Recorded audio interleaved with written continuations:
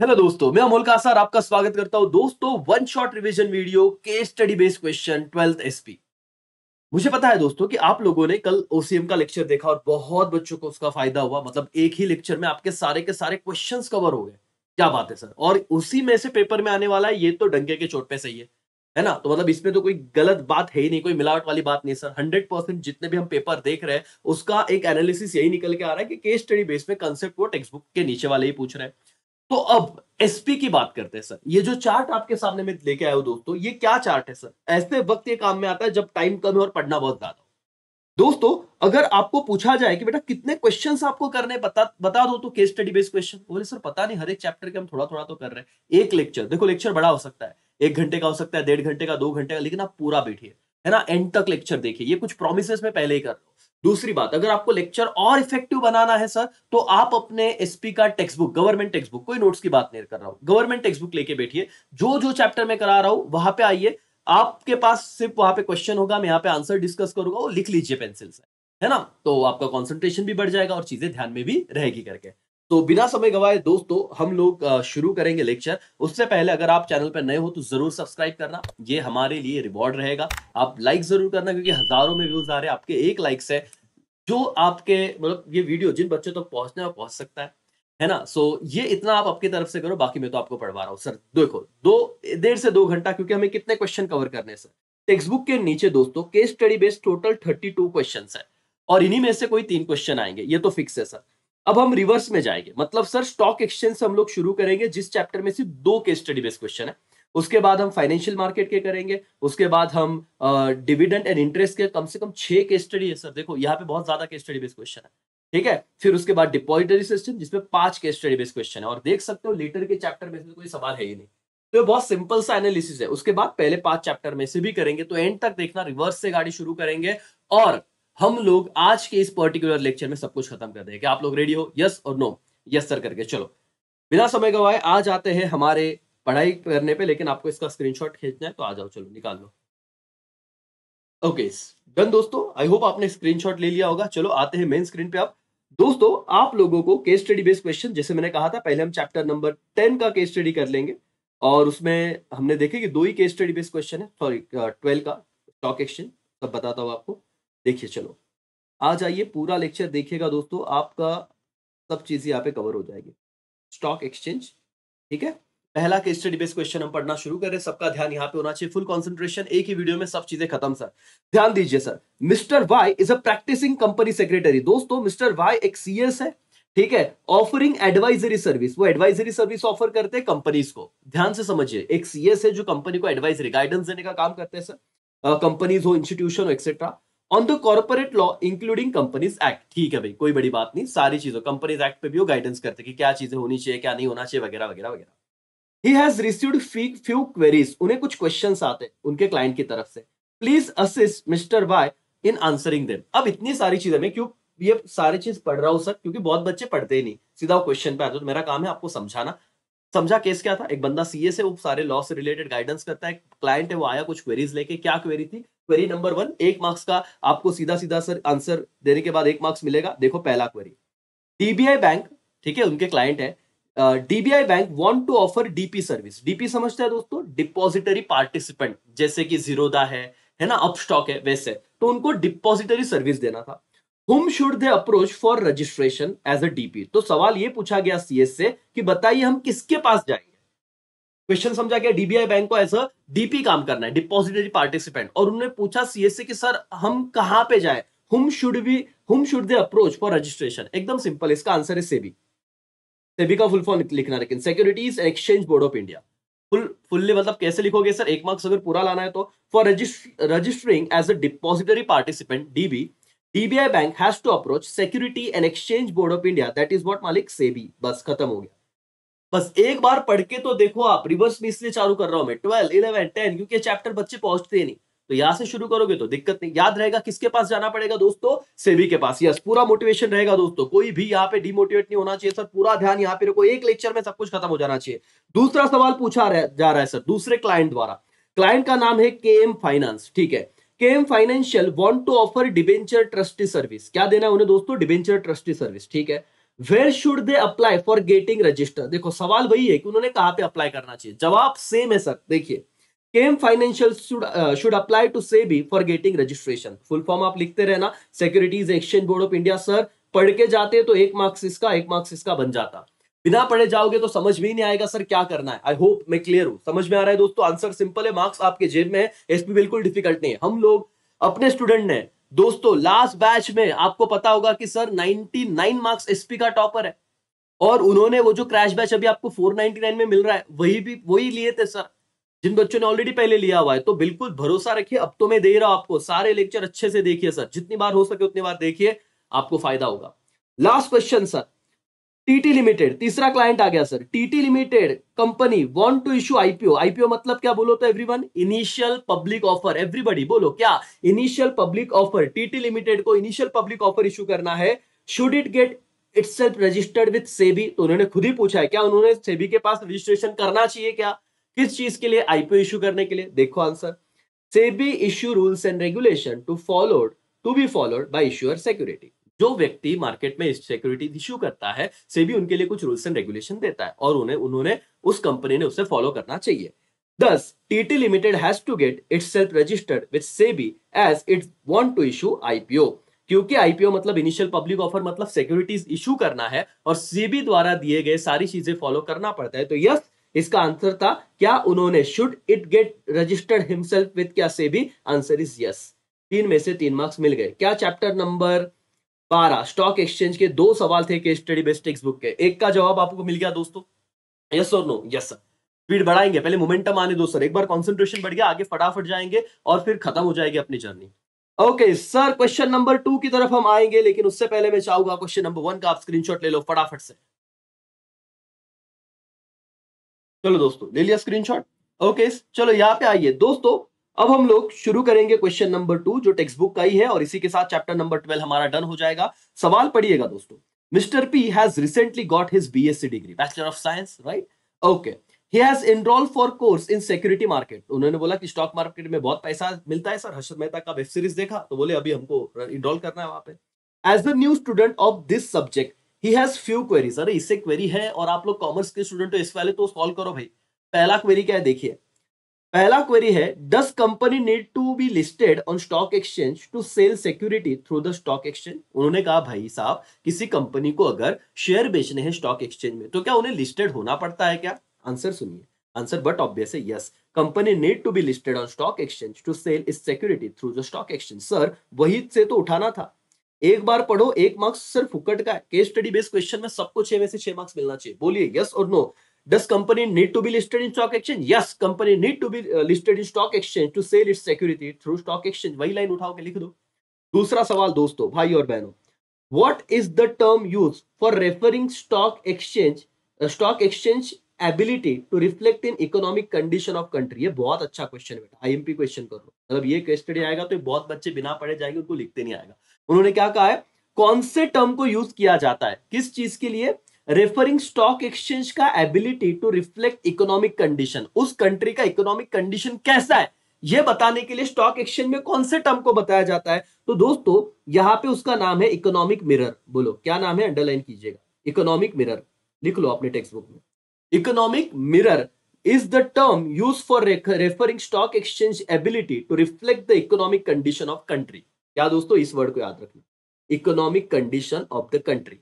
कौन से इंडिकेटर को, कौन से टर्म को बोला जाता है? बोलो इकोनॉमिक मिरर। इस टर्म को यूज किया जाता है रेफरिंग स्टॉक एक्सचेंज का एबिलिटी टू रिफ्लेक्ट इकोनॉमिक क्या कंडीशन ऑफ कंट्री। मैं यही पे 3-4 बार बोलता हूं ताकि ना आपको ये एक लेक्चर में सब कुछ दिमाग में आ जाएगा, है ना? चलो नेक्स्ट क्वेश्चन पे जाते हैं। तीसरा सवाल ये है sir, What is the term used which refers to function of stock exchange? Underline करना, function of stock exchange as a provider of ready-made market for sale and purchase of security। कौन सा मार्केट बेटा? ready-made market for sale and purchase of security। क्या होगा बोलो तो? Answer is liquidity। Liquidity is the term which is referred to function of stock exchange as provider of ready-made market for sale and purchase of security। Done sir। Main keyword को याद रखना है, same question आएगा sir. Readymade market, sale and purchase of security, क्या कहेंगे? Liquidity. बोलो one second, क्या कहेंगे? लिक्विडिटी। सर बताइए, reflect the economic condition of country, कौन सा टर्म है? Economic mirror. मिरर आईने में रिफ्लेक्ट होता है सर, मिरर याद रखो, इकोनॉमिक मिरर। ये कंडीशन क्या चल रहा है कंट्री का। डन हो गया सर, 2 सवाल हो गए, 10 मिनट, डन। चैप्टर नंबर 12 खत्म। दोस्तों इसका स्क्रीनशॉट ले लिया जाए फटाफट से ताकि आपको दिक्कत ना रहे करके। चलो ले लिया दोस्तों स्क्रीनशॉट।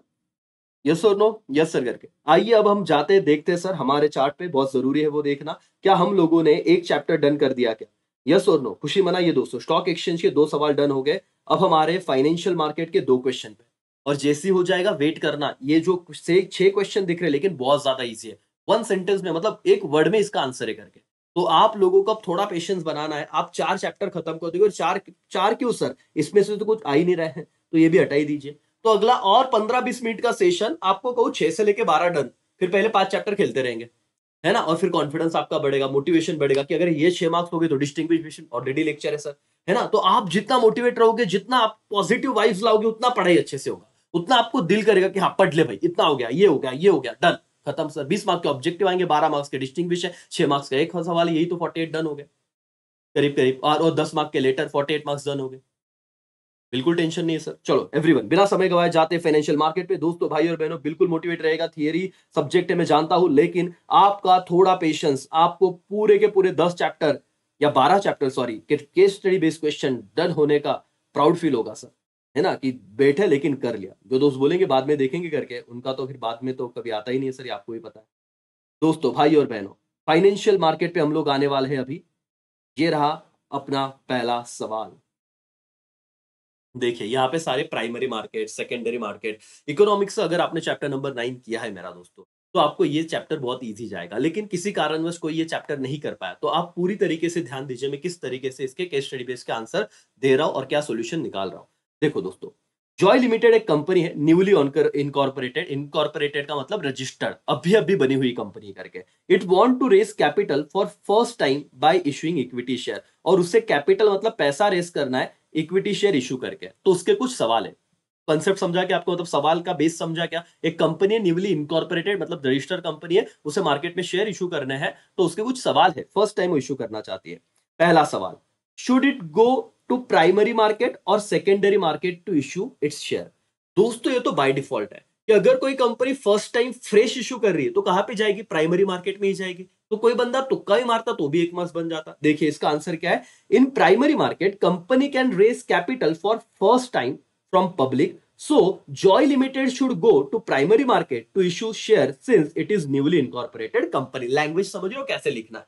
1 मार्क्स के लिए सिर्फ प्राइमरी मार्केट मत लिखना यार, सिंपल सी तो बात है। आप ये लिख देना कि primary market company can raise capital for first time from the public, और क्योंकि जॉय लिमिटेड अभी अभी इनकॉर्पोरेट हुई है, सो उन्हें आईपीओ फर्स्ट टाइम ऑफर करना है, तो डेफिनेटली वो कहा जाएगा पब्लिक में ही जाना चाहिए करके, प्राइमरी मार्केट में ही जाना चाहिए। यस सर, डन हो गया।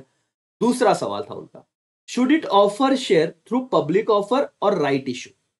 अब ये बहुत ज्यादा टेंशन है सर, पब्लिक ऑफर की राइट इशू, बताओ तो क्या रहेगा आंसर? यस, बहुत बच्चों को समझ में आ रहा है सर, आंसर क्या रहेगा बताओ? इनिशियल पब्लिक ऑफर तो पब्लिक ऑफर ही होगा करके। Joy limited want to raise capital first time by issuing equity share, ये तो हम वही का उठा रहे जो क्वेश्चन में दिया था, इसलिए ध्यान से पढ़िएगा। बहुत बच्चे सीधा ये लाइन पढ़ते नहीं भाई, केस तो पढ़ो ताकि आप लिख पाओ। Joy limited want to raise capital first time by issuing equity share. Initial public offer refer to the process offering share of a company to the public for the first time. अगर कोई company को first time share issue करना है तो उन्हें क्या issue करना पड़ेगा बेटा? आईपीओ। आईपीओ का फुल फॉर्म क्या है? Initial public offer. And therefore Joy limited should offer its share through the public offer, और इसीलिए उन्होंने आपको सवाल क्या पूछा था 1 मार्क्स के लिए, उन्होंने पब्लिक ऑफर देना चाहिए कि राइट इशू, तो आंसर क्या होगा बेटा? Public offer. समझा? इतना बड़ा नहीं लिखता है, लेकिन मैं जब बता रहा हूं तो कुछ बातें दिमाग में जा रही है ना। फर्स्टली न्यूली रजिस्टर्ड कंपनी है, तो that's why it should issue IPO, and hints आप लिख दो अपने टुटके मुटके लैंग्वेज में, लिखा तो भी चलेगा। जम रहा है सर? यस और नो? यस सर करके। लास्ट सवाल, what will be the issue of equity share? Okay, what will be the issue of equity share by Joy Limited, so called as IPO KPO? अरे कितना फालतू सवाल है यार, उसे क्या कहा जाएगा बोलो? The issue of equity share by Joy Limited company will be called as IPO, which means initial public offer। Sir 3 में से 3 मार्क्स चाहिए मुझे। अगर ये सवाल आया, बोलना मत कि सर 11वां चैप्टर हमने छोड़ दिया है। केस स्टडी बेस्ड क्वेश्चन कितने सिंपल थे, क्या आप लोगों को लिखते आएगा क्या? यस, जो कंपनी फर्स्ट टाइम इशू करती है शेयर, उसे उसे क्या, कौन सा इशू कहा जाता है? Initial public offer, IPO. That's all. 3 marks done हो गए दोस्तों, स्क्रीनशॉट खींच लो फटाफट से। चलो डन हो गया दोस्तों। ओके, अब हम आते हैं दोस्तों इस चैप्टर के दूसरे सवाल पे, और इसी के साथ हमारा इस चैप्टर का सारे केस स्टडी बेस्ड क्वेश्चन भी डन हो जाएंगे। ठीक है, चलो ध्यान से समझिए, क्वेश्चन थोड़ा बड़ा है तो हो सकता है आपको दिक्कत आए, आप तो क्योंकि पढ़ते ही नहीं, आप तो अगर बड़े क्वेश्चन दिखे तो, लेकिन समझिए मेरे साथ क्या है। Mister X is the chief financial officer CFO of PQR limited, एक कंपनी जिसका मिस्टर एक्स सीएफओ है, ठीक है, which is reputed company in the field of construction business, ठीक है सर, बहुत बड़ा नाम था उनका कंस्ट्रक्शन साइट में। Often Mister X has to decide on investing surplus fund of company for short duration, उनको लगा कि जो एक्स्ट्रा सरप्लस मतलब क्या, जिस कंपनी का जो एक्स्ट्रा पैसा था, उन्होंने को लगा कि ये कहीं तो इन्वेस्ट कर दिया जाए शॉर्ट टर्म के लिए।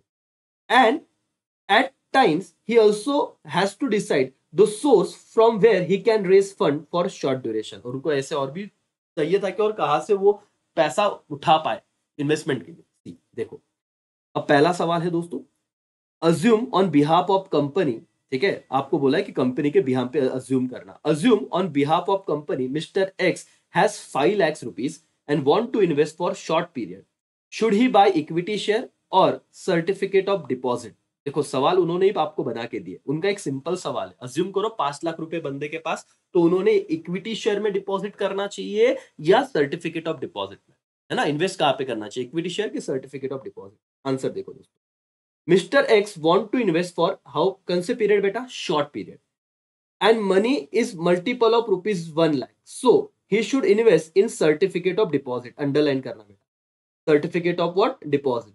दिस इज बिकॉज सीडी का फुल फॉर्म क्या है भैया, certificate of deposit issue for a minimum value 1 lakh और multiple of rupees 1 lakh in provided का बेटा maturity in minimum 7 days to maximum 1 year। तो शॉर्ट पीरियड बोला था ना, अब ये तुम अगर पढ़ के ही नहीं जाओगे तो क्या पता चलेगा, क्या समझे मेरे लेक्चर से। अगर ये सेम क्वेश्चन आता है बेटा, आपको दो, उन्होंने पूछा इतना ही रहेगा कि बताओ इक्विटी की सर्टिफिकेट ऑफ डिपॉजिट, उसको सीडी कहते हैं, तो और अमाउंट कितना है 5 लाख, तो आपने बोलना है अमाउंट किसके मल्टीपल में है, 1 लाख के मल्टीपल में अमाउंट है, किसके मल्टीपल में बेटा, 1 लाख के मल्टीपल में, इसीलिए उन्होंने ये सर्टिफिकेट ऑफ डिपॉजिट में डालना चाहिए, पहला रीजन हमारा।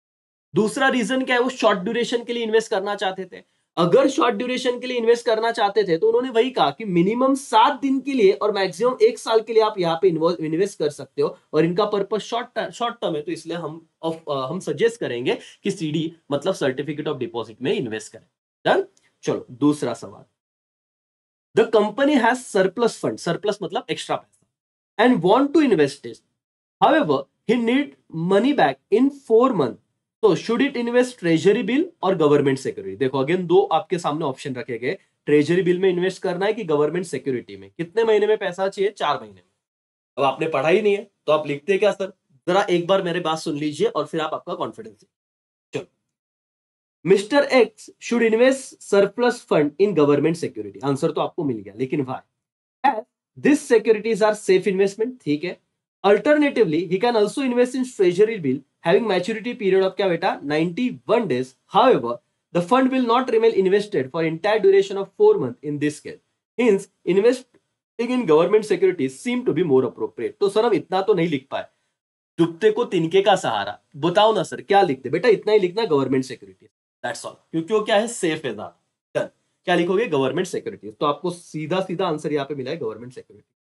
तीसरा सवाल और लास्ट दोस्तों, can company issue certificate of deposit, क्या company certificate of deposit answer issue कर सकते हैं क्या, देखो दोस्तों answer is no, PQR limited can not issue certificate of deposit CD are unsecured negotiable promissory note usually issued by commercial bank, CD कौन इशू करता है बेटा, commercial bank and financial institution, but this company is construction company. बस यहाँ पे आपका answer था जो 1 मार्क्स आपका बना, ये बहुत डिफिकल्ट क्वेश्चन होगा अगर आया तो, इसे आपको समझने में भी लग रहा है, लेकिन इसका रिवीजन में तुरंत करा के दूंगा, सिर्फ पेशेंस बनाए रखिए सर, 11 और 12वां चैप्टर डन हो जाएगा, 9वें के 5 से 6 सवाल है लेकिन बहुत ईजी है, बस इधर पेशेंस रखो तो बात खत्म सर।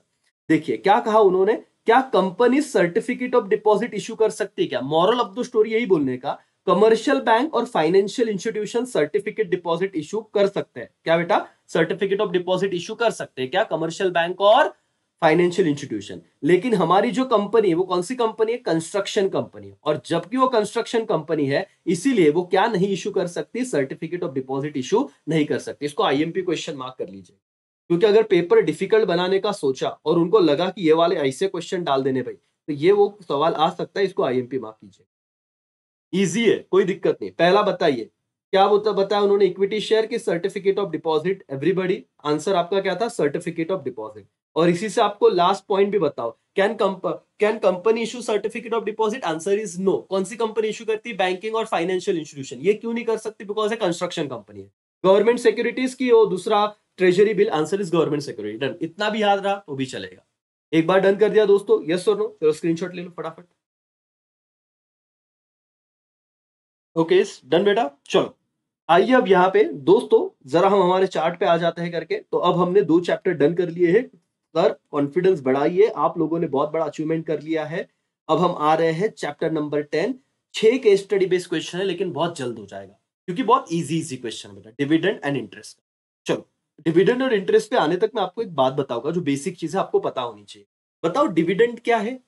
सर, जब कोई भी व्यक्ति शेयर में इन्वेस्ट करता है, कहां पे? शेयर में। तो शेयर में इन्वेस्ट करने के बाद जो उसे रिटर्न मिलता है, उस रिटर्न को क्या कहा जाता है? डिविडेंड। ओके। लेकिन दोस्तों अगर किसी व्यक्ति ने कहां पे इन्वेस्ट किया है? डिबेंचर हो गए, डिपॉजिट्स हो गए, इसमें अगर इन्वेस्ट किया तो उस पे जो रिटर्न मिलता है उसे क्या कहते हैं? इंटरेस्ट। तो डिविडेंड किस पे मिलता है दोस्तों? शेयर पे मिलने वाले रिटर्न को क्या कहा जाता है?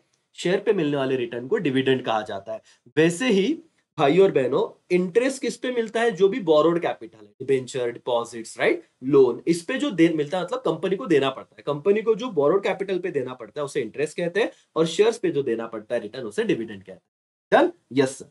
बहुत ही सिंपल सा सवाल दोस्तों, लेकिन कंसेप्ट आपका स्ट्रांग होना बहुत जरूरी है। इसमें आ रहा है आपके सामने, तो बिल्कुल ध्यान दीजिए। यहाँ पे लगता है तो एक छोटा सा ब्रेक ले लीजिए आप पानी पीने का, लेक्चर को यहाँ पे पॉज कीजिए, लेकिन पूरा लेक्चर देखना है और आज के बाद ये सारी चीज कंप्लीट करनी है और आपको याद भी रहेगा, ट्रस्ट में। चलो आते हैं आगे।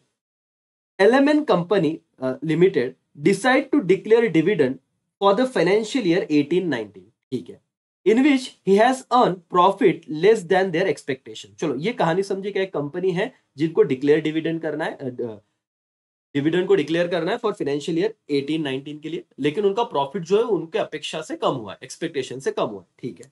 पहला सवाल, is the board right in recommendation of dividend ₹5 per share out of free reserve? यहां पे मेन क्रक्स ये था, क्या फ्री रिजर्व में से ₹5 का डिविडेंड दे सकते हैं? अब जिन्होंने चैप्टर पढ़ा ही नहीं रहेगा उनको कंसेप्चुअली बहुत बड़ा प्रॉब्लम है। तो चलो देखते हैं आंसर क्या है। यस, क्या बोल रहे हैं सर?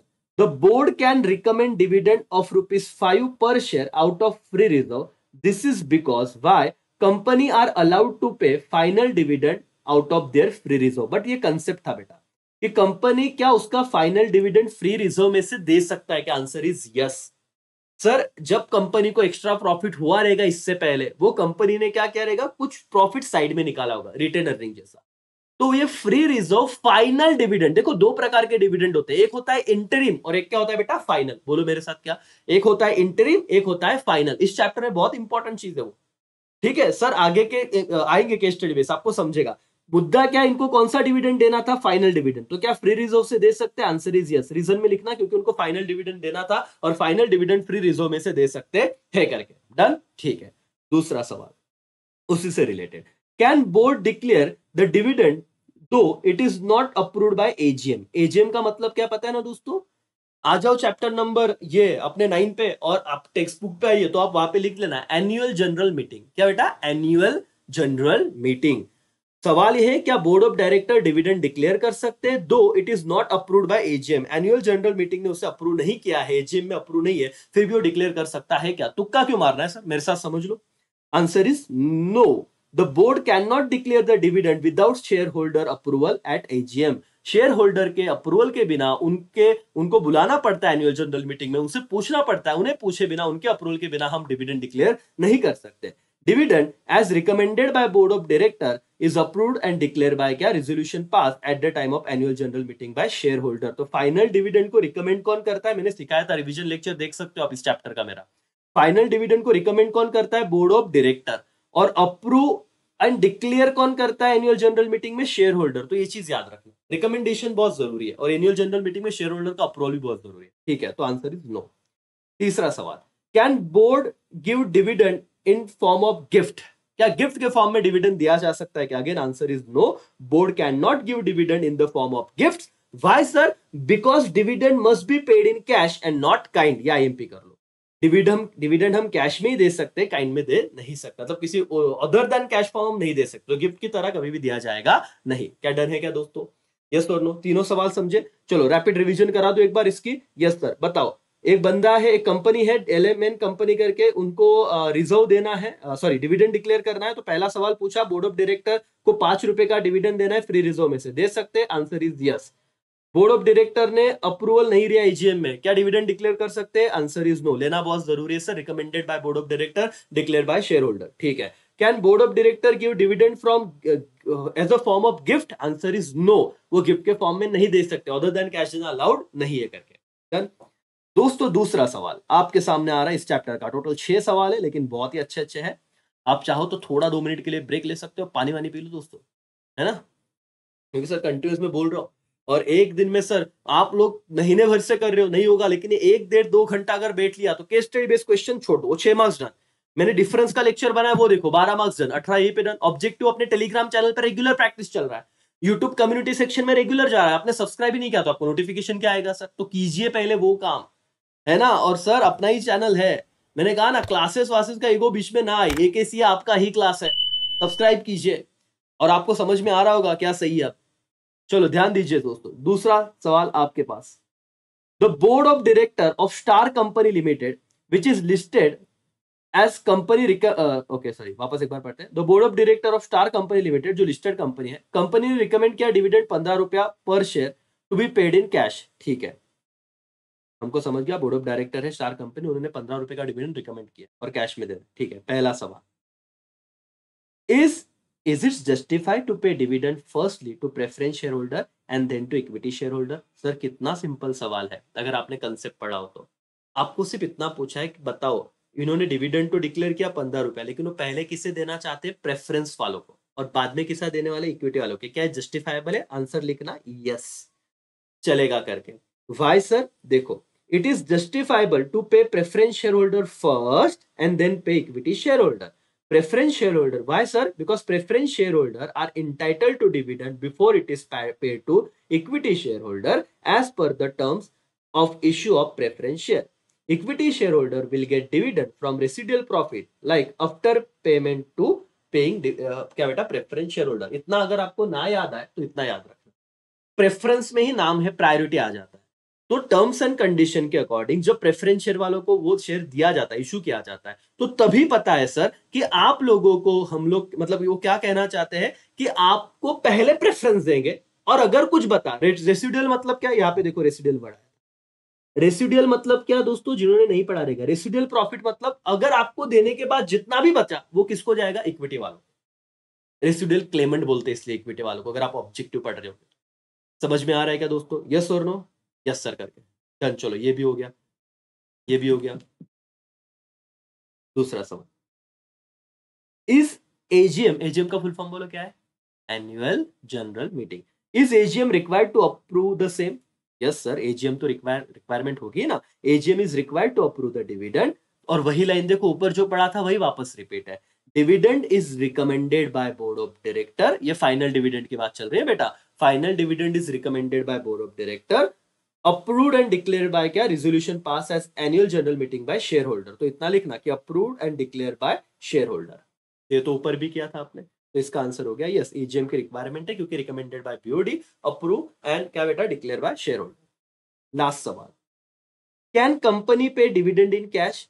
तो dividend payable in cash should be paid by cheque और वारंट। कैश मतलब कैसे देंगे सर? चेक से या वारंट से देंगे, और किसी इलेक्ट्रॉनिक मोड से देंगे टू द क्या बेटा? इनटाइटल शेयर होल्डर। इनटाइटल मतलब जो अधिकारी है उसको लेने में। यस, सिर्फ तुमको ये बताना था। उन्होंने कहा क्या कंपनी कैश में दे सकती है? तुमने बोलना सर जो डिविडेंड पेएबल है कैश में, वो कैसे पेड होगा? एक तो तुम चेक से दे दो, डिविडेंड वारंट इशू कर दो, नहीं तो एनईएफटी वगैरह इलेक्ट्रॉनिक मोड में ट्रांसफर कर दो। ये 3 चीजें थी। चलो डन हो गया सर, सबका मोटिवेशन यहाँ पे चाहिए। दूसरा केस स्टडी बेस्ड क्वेश्चन आपके आंखों के सामने दोस्तों, बताइए अगर आपके पेपर में आता है 3 मार्क्स के लिए, तो सर एक कंपनी है, बोर्ड ऑफ डायरेक्टर, वो 15 रुपए डिविडेंड डिक्लेयर करना चाहते हैं, तो बताइए क्या प्रेफरेंस शेयर होल्डर को पहले देना जरूरी है क्या, या उनको दिया तो चलेगा क्या? क्या justifiable? Answer is yes sir, क्योंकि टर्म्स एंड कंडीशन के हिसाब से हम पहले प्रेफरेंस वालों को ही देते हैं। दूसरा, एजीएम रिक्वायर्ड है क्या? यस, एजीएम रिक्वायर्ड है। Because recommend board of director करता है, एनुअल जनरल मीटिंग में शेयर होल्डर उसे अप्रूव करेंगे और क्या करेंगे, डिक्लेयर करेंगे। Okay, can company pay dividend on in cash? Yes sir, definitely payable in cash, लेकिन कैसे देंगे, थ्रू चेक। उसके बाद बताओ आप वारंट या फिर क्या, इलेक्ट्रॉनिक मोड।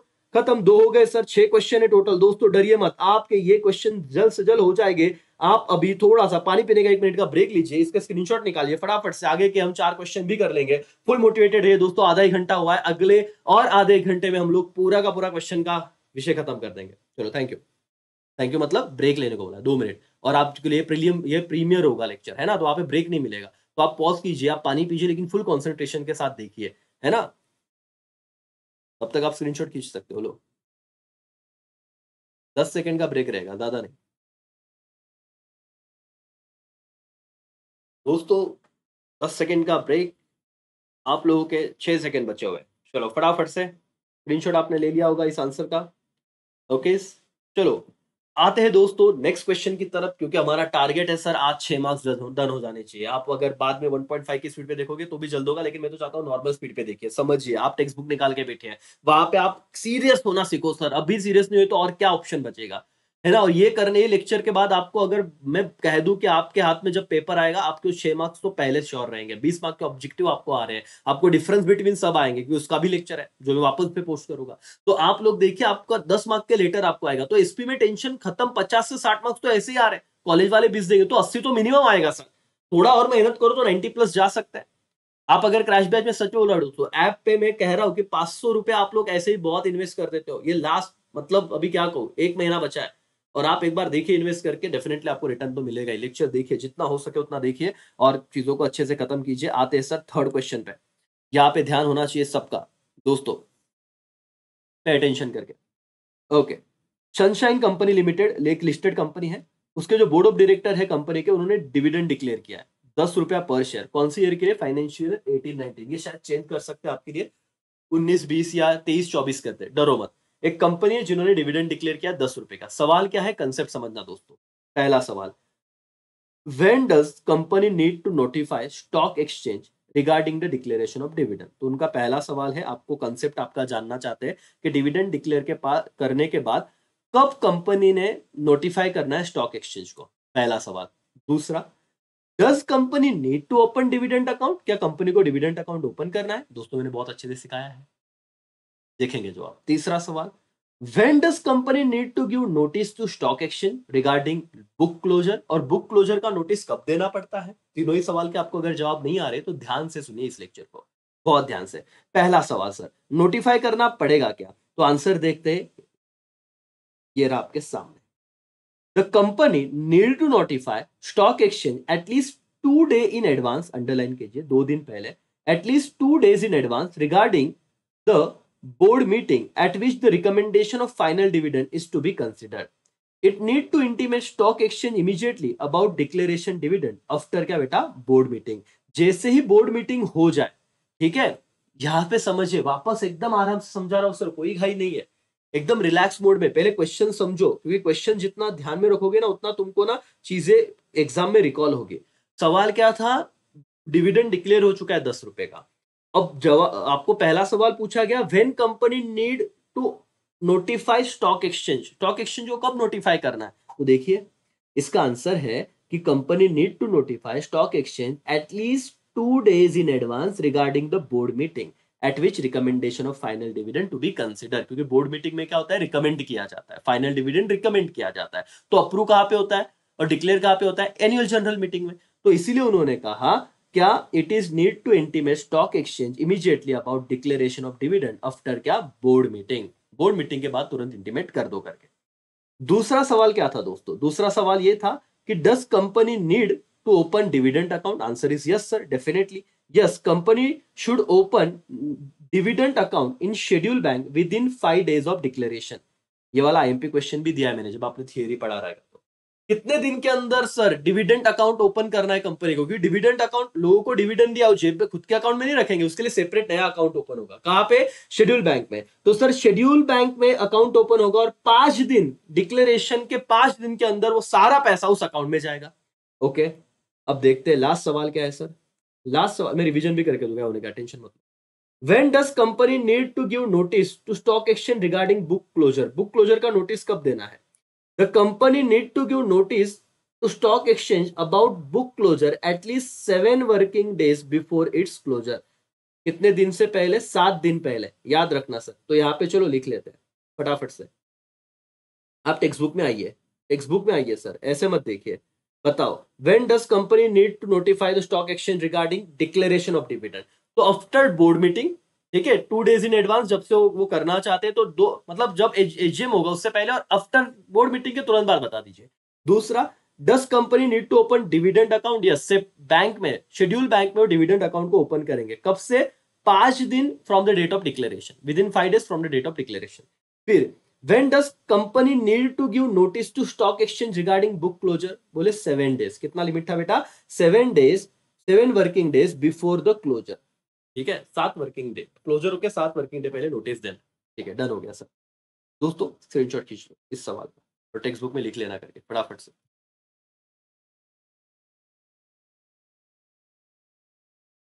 ओके डन दोस्तों, निकाल लिया स्क्रीनशॉट आपने? चलो, मोटिवेशन पूरा चाहिए दोस्तों, यहां पे ध्यान दीजिए। सिर्फ 3 क्वेश्चन और इसी के साथ आप लोग जो इतने दिनों से टाल रहे थे कि सर बाद में करेंगे, बाद में करेंगे, खत्म हो गया सर। बहुत ज्यादा नहीं, 36 मिनट हुए सर। मतलब जो सालों भर से नहीं हो पाएगा वो 2 घंटे में करना है और 6 मार्क्स पूरे सिक्योर सर। सिर्फ टेक्स्ट बुक लेके बैठिए और पूरी की पूरी चीजें नोट कर दीजिए, ये रिक्वेस्ट है आपसे। और सर हो जाएगा, आप बहुत होशियार हो। देखो इतने कम टाइम में समझ रहा है सर, साल भर कर लेते तो क्या होता, लेकिन ठीक है नहीं किया, अब तो कीजिए। पूरे ध्यान के साथ, पूरे शिद्दत के साथ पूरा लेक्चर कीजिए। दोस्तों आपके सामने नेक्स्ट सवाल आ रहा है और बहुत ही अच्छा सवाल है, आ सकता है 3 मार्क्स के लिए है। Gold company limited declare dividend of ₹10 पर शेयर फॉर फाइनेंशियल ईयर 18-19। तो ये सारे जो स्क्रीनशॉट में आपको निकलवा रहा हूं वो तो आप देखिए ही, लेकिन लेक्चर को प्रॉपर अगर आप और उसका इफिशियंसी चाहते हो तो आपके टेक्स्ट बुक में साइड में पेंसिल से लिखते जाइए। ठीक है सर, ठीक है। कंपनी है जिन्होंने ₹10 का डिविडेंड डिक्लेयर किया है फॉर द फाइनेंशियल ईयर 18-19 करके। ओके सर, अभी क्या करना है जरा बताइए, क्या हम देखें? ओके, इस company under default if dividend was not paid with in 30 days of declaration. बहुत ही सिंपल सवाल है दोस्तों, है ना? इस पे हमने थियरी क्वेश्चन किया भी है। 30 दिन के अंदर कंपनी ने डिविडेंड डिक्लेयर करने के बाद नहीं दिया, not paid with in 30 days, लोगों को बोला आपको डिविडेंड देंगे लेकिन 30 दिन हुए पे ही नहीं किया, तो कंपनी को डिफॉल्टर माना जाएगा क्या? तो answer is yes, the company is in default if dividend is not paid with in 30 days of its declaration. Simple सी बात है दोस्तों, 1 मार्क्स आपको मिल गया। क्या कंपनी ने डिविडेंड डिक्लेयर करने के बाद कितने दिनों के अंदर पेड करना चाहिए? इनडायरेक्टली ये भी याद रखिए, फिलिंग द ब्लैंक्स में आ सकता है। डिविडेंड डिक्लेयर होने के बाद 30 दिन के अंदर कंपनी ने पेड करना चाहिए। अगर नहीं किया तो क्या माना जाएगा? डिफॉल्ट माना जाएगा। 1 मार्क्स डन, 2 बार रिवाइज करा के दिया अभी के अभी। सर दूसरा सवाल, is company right in transferring unpaid dividend to debenture reserve account? Debenture reserve account, क्या डिबेंचर रिजर्व अकाउंट में ट्रांसफर करना है क्या दोस्तों? Answer is no, the company is not right in transferring unpaid dividend to इस debenture reserve account. It should be transfer to, कहां पे भेजना चाहिए सर? अंडरलाइन कीजिए, अनपेड डिविडेंड अकाउंट लिख लीजिए टेक्स्ट बुक में। कंपनी ने अगर, देखो ये क्या होता है सर, कंपनी ने डिविडेंड डिक्लेयर किया, पुराने जमाने की बात है सर, लोग कहां पे रह रहे, एड्रेस गलत है या कुछ, उनको डिक्लेयर दे कैसे पैसा? अगर नहीं दे पाई सर तो क्या करना है दोस्तों? कौन से अकाउंट में डालना है? Unpaid dividend account. इन्होंने क्या बोला? डिबेंचर रिजर्व अकाउंट, ये गलत है। Unpaid dividend account, it is separate bank account open in schedule bank within 5 days of its declaration. 5 दिन डिक्लेयर हो करके हो गए तो आप सेपरेट अकाउंट बनाओगे अनपेड डिविडेंड नाम का और वहां पे रख दोगे पैसा। समझा दोस्तों? 1 मार्क्स डन हो गया। यस, यहाँ पे मार्क्स जा सकता था, बच गया सर। डिबेंचर रिजर्व अकाउंट नहीं, अनपेड डिविडेंड अकाउंट करके। लास्ट सवाल, does company have to transfer the amount of unpaid dividend to IEPF after 30 days? No sir, वो आईईपीएफ में तो इन्वेस्टर एजुकेशन, इसका फुल फॉर्म लिख लो, investor education and protection fund. अब जिसने पढ़ा ही नहीं रहेगा चैप्टर, उनके लिए तो कितने बाउंसर जाते सर अगर ये नहीं आता तो, और इसलिए हो नहीं रहा था। अब देखिए क्या प्रोविजन है पता है दोस्तों, मतलब 7 साल बाद की बात है वो तो। देखो, no, company should not transfer it to IEPF, investor education and protection fund, any amount in the unpaid dividend account of company which remain unpaid or unclaimed for period of 7 years from the date of such a transfer should be transferred to investor education and protection fund। लेकिन कब? 7 साल बाद। इन्होंने क्या बोला दोस्तों? Question देखिए, उन्होंने बोला 30 दिन, क्या 30 दिन के अंदर भेज दे क्या? इसीलिए तुमने बोला नहीं, 30 दिन के अंदर नहीं, 7 साल तक अगर वो अनक्लेम है, अनपेड है, कहां पे डालने के बाद? अनपेड डिविडेंड अकाउंट में डालने के बाद, तो ही आप कहां पे ट्रांसफर करोगे? IEPF, investor education and protection fund. चलो सर रिवाइज कर लेते हैं मेरे दोस्तों। 6 क्वेश्चन होने के बाद अलग ही तुमको, मतलब आज के लेक्चर के बाद जो बंदा पूरा लेक्चर देख रहा है सुकून की नींद सोएगा। एक चीज तो कंप्लीट की सर, टाला तो नहीं, पूरा बैठा, पूरा लेक्चर किया। जितना सर मैं मेहनत कर रहा हूं उतना आप अगर कर लो, मैं आपको बोल रहा हूं सक्सेस बहुत नजदीक है आपके। चलो बताओ, कंपनी क्या डिफॉल्ट में रहेगी अगर 30 दिन के अंदर डिविडेंड नहीं दिया? तो आंसर रहेगा यस। अगर कंपनी ने पैसा नहीं दिया, अनपेड डिविडेंड का जो पैसा है वो कहां पे ट्रांसफर करना है? Debenture reserve account? क्या? नो सर, डिबेंचर रिजर्व नहीं, अनपेड डिविडेंड अकाउंट में ट्रांसफर करना है। ठीक है, क्या बताओ, जो अमाउंट 30 दिन के अंदर नहीं पेड किया तो आईईपीएफ में डालेंगे क्या सर? 30 दिन नहीं, 7 साल तक अगर अनपेड है तो आईईपीएफ में डालेंगे, बस इतना याद रखना, खत्म बात। चलो सर लास्ट सवाल, इसका स्क्रीनशॉट खींच लेना है, खींच लो। लास्ट सवाल सर, लास्ट मतलब और 2 सवाल है लेकिन छोटे छोटे सवाल। चलो देखिए, दर्द हो रहा है सर, इतना इतना पढ़ाई हमने कभी किया नहीं हो सर जिंदगी में। और दोस्तों यही तो बात है, और अभी बहुत ज्यादा नहीं, 40 मिनट हुए हैं, बहुत होते हैं आई नो, ऑनलाइन लेक्चर में हो भी, और आप कर रहे हो तो बहुत बड़ा, मतलब आपका जो टारगेट है जिंदगी में, आप जो अभी आप सीरियस हुए हो तो बहुत अच्छी बात है। 2 सवाल यार, और मतलब कर लो ना तो क्या हो जाएगा, तो अभी बहुत बड़ा लेक्चर है आगे। लेकिन वन शॉट में अगर आपको सब चाहिए और कॉन्फिडेंस भी चाहिए तो सर अच्छी बात है, और आप रुक रहे हो तो बहुत सही बात है। भगवान आप लोगों का भला करे सबको बहुत अच्छे मार्क्स से पास कराए। चलो आ जाते हैं दोस्तों। Mister A equity share holder of XYZ company limited, ठीक है, company has decide to declare dividend 15 रुपया। ठीक है सर, ये तो एकदम नॉर्मल सी बात होगी, हर सब में वही आ रहा है कि कंपनी डिसीजन ले रही डिविडेंड डिक्लेयर करने का। ठीक है, पहला सवाल, which form will Mr. A have to submit if he wish to get his dividend credited directly in the bank? ये ना बेटा सारे एक बार ना क्वेश्चन अच्छे से कर लेना। उन्होंने क्या कहा है कि डिविडेंड तो डिक्लेयर हुआ है और जो मिस्टर ए है उसको डिविडेंड मिलने वाला है, तो कौन सा फॉर्म भरना चाहिए? देखो, which form will mister A have to submit if he wish, अगर उसे लगता है कि डिविडेंड डायरेक्टली कहां पे आना चाहिए? उसका बैंक में क्रेडिट होना चाहिए। सवाल समझा क्या आपको? यस और नो? कंपनी ने डिविडेंड डिक्लेयर किया 15 रुपए का, ठीक है, लेकिन मिस्टर ए है जिसको लगता है कि डिविडेंड बैंक में आना चाहिए। सवाल को समझो, जवाब तो सर सवाल वैसे आएगा तो आप फटाफट दे ही दोगे, बच्चे सवाल ही नहीं समझते, सिर्फ जवाब पढ़ रहे हैं।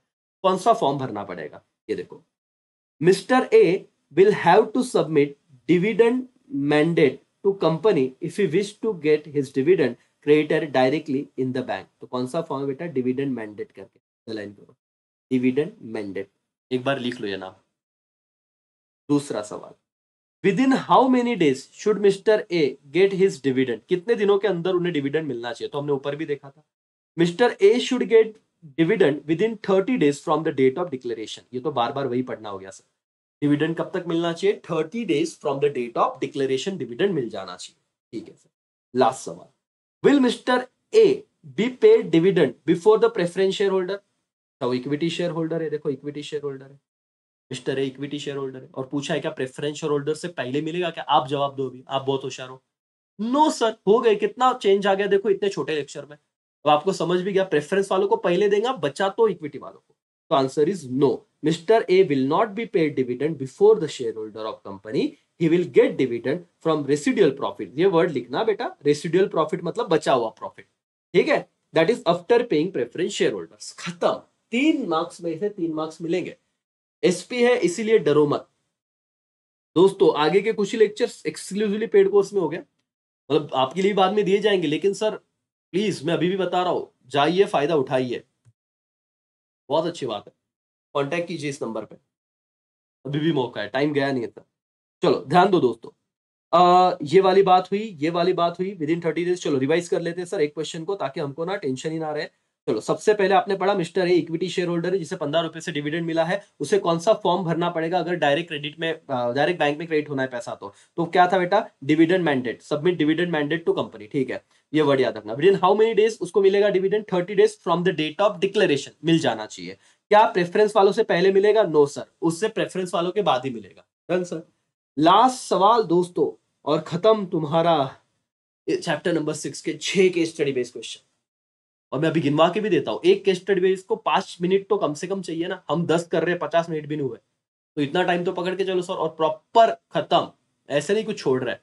चलो sir, ABC company decide to pay interim dividend, ये बहुत इंपॉर्टेंट है बेटा, ये आईएमपी कर लो, ये कुछ हटके सवाल है, फाइनल डिविडेंड की बात नहीं की है, मैंने आपको कहा भी था इस चैप्टर से आईएमपी डिस्टिंग्विश क्या, interim dividend and final dividend, ये इंपॉर्टेंट डिफरेंस बिटवीन है, लेक्चर ऑलरेडी बन चुका है इस पे, ठीक है। ABC company limited decide to pay interim dividend, पहला, can it be paid out of free reserve, क्या इंटरिम डिविडेंड फ्री रिजर्व में से देंगे क्या? देखो फाइनल डिविडेंड फ्री रिजर्व में से देते थे, यस फाइनल डिविडेंड देते थे, लेकिन इंटरिम डिविडेंड मिलेगा क्या?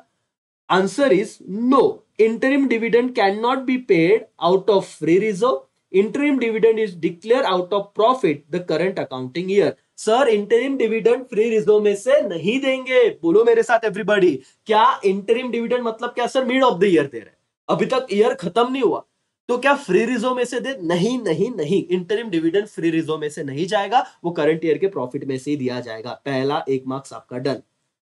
ओके, और एक सवाल है सर इसके बाद, ठीक है सर कर लेंगे, क्या ही दिक्कत है।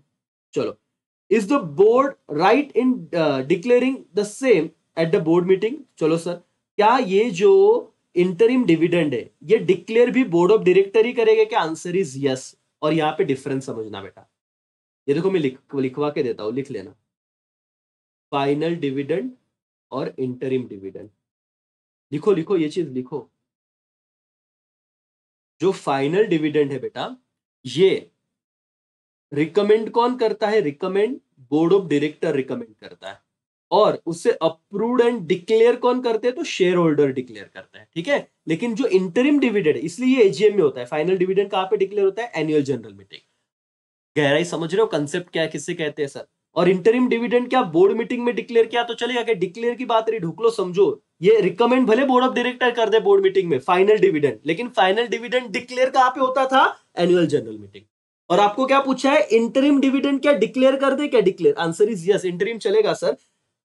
Yes, the board of director has power to decide and declare the same in the board meeting, ये डिफरेंस बिटवीन का वन ऑफ दो पॉइंट है कि final dividend annual general meeting में डिक्लेयर होता है शेयर होल्डर के द्वारा, और interim dividend board of director भी डिक्लेयर कर सकते हैं, declare, final dividend board of director declare नहीं कर सकते, सिर्फ रिकमेंड कर सकते हैं। ऑब्जेक्टिव आएगा, चिल्ला चिल्ला के बता रहा हूं, लिख लो कहीं तो।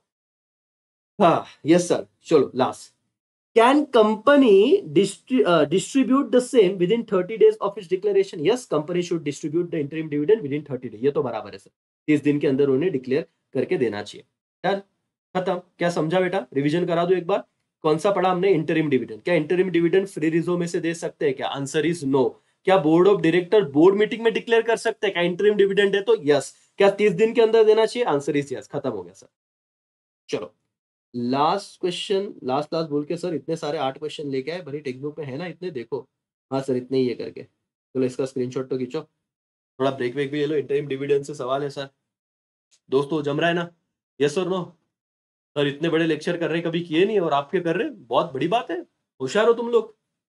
लेकिन टेक्स्ट बुक लेके बैठो तो अलग ही माहौल बनेगा सर, आपको जो यहाँ पे दिख रहा है, जो वहां पे दिख रहा है, सब मैच हो रहा है करके। तो अभी तक हमने कितने कर लिए सवाल, एक बार देख लेते हैं सर। 1 2 3, ये वाला टेक्स्ट बुक का नहीं था शायद से, चीज है ना, कर लिया, लेकिन चलो 3, ये हुआ 4, ये 5, ये 6 7, मतलब बराबर है, एक टेक्स्ट बुक का नहीं था, तो कर लेंगे, 2 सवाल है सर, कर लेंगे ना, सभी करेंगे, डरते क्या हम लोग, है ना सर? लड़ जाएंगे इस बार, डरना है नहीं। यस और नो? 2 सवाल बाकी फिर सर, तो मतलब चैप्टर नंबर 9 से एक सवाल तो आएगा ही, इतने सारे दिए केस स्टडी बेस्ड क्वेश्चन, तो एक तो आना ही चाहिए, डंके की चोट पे आना चाहिए सर। चलो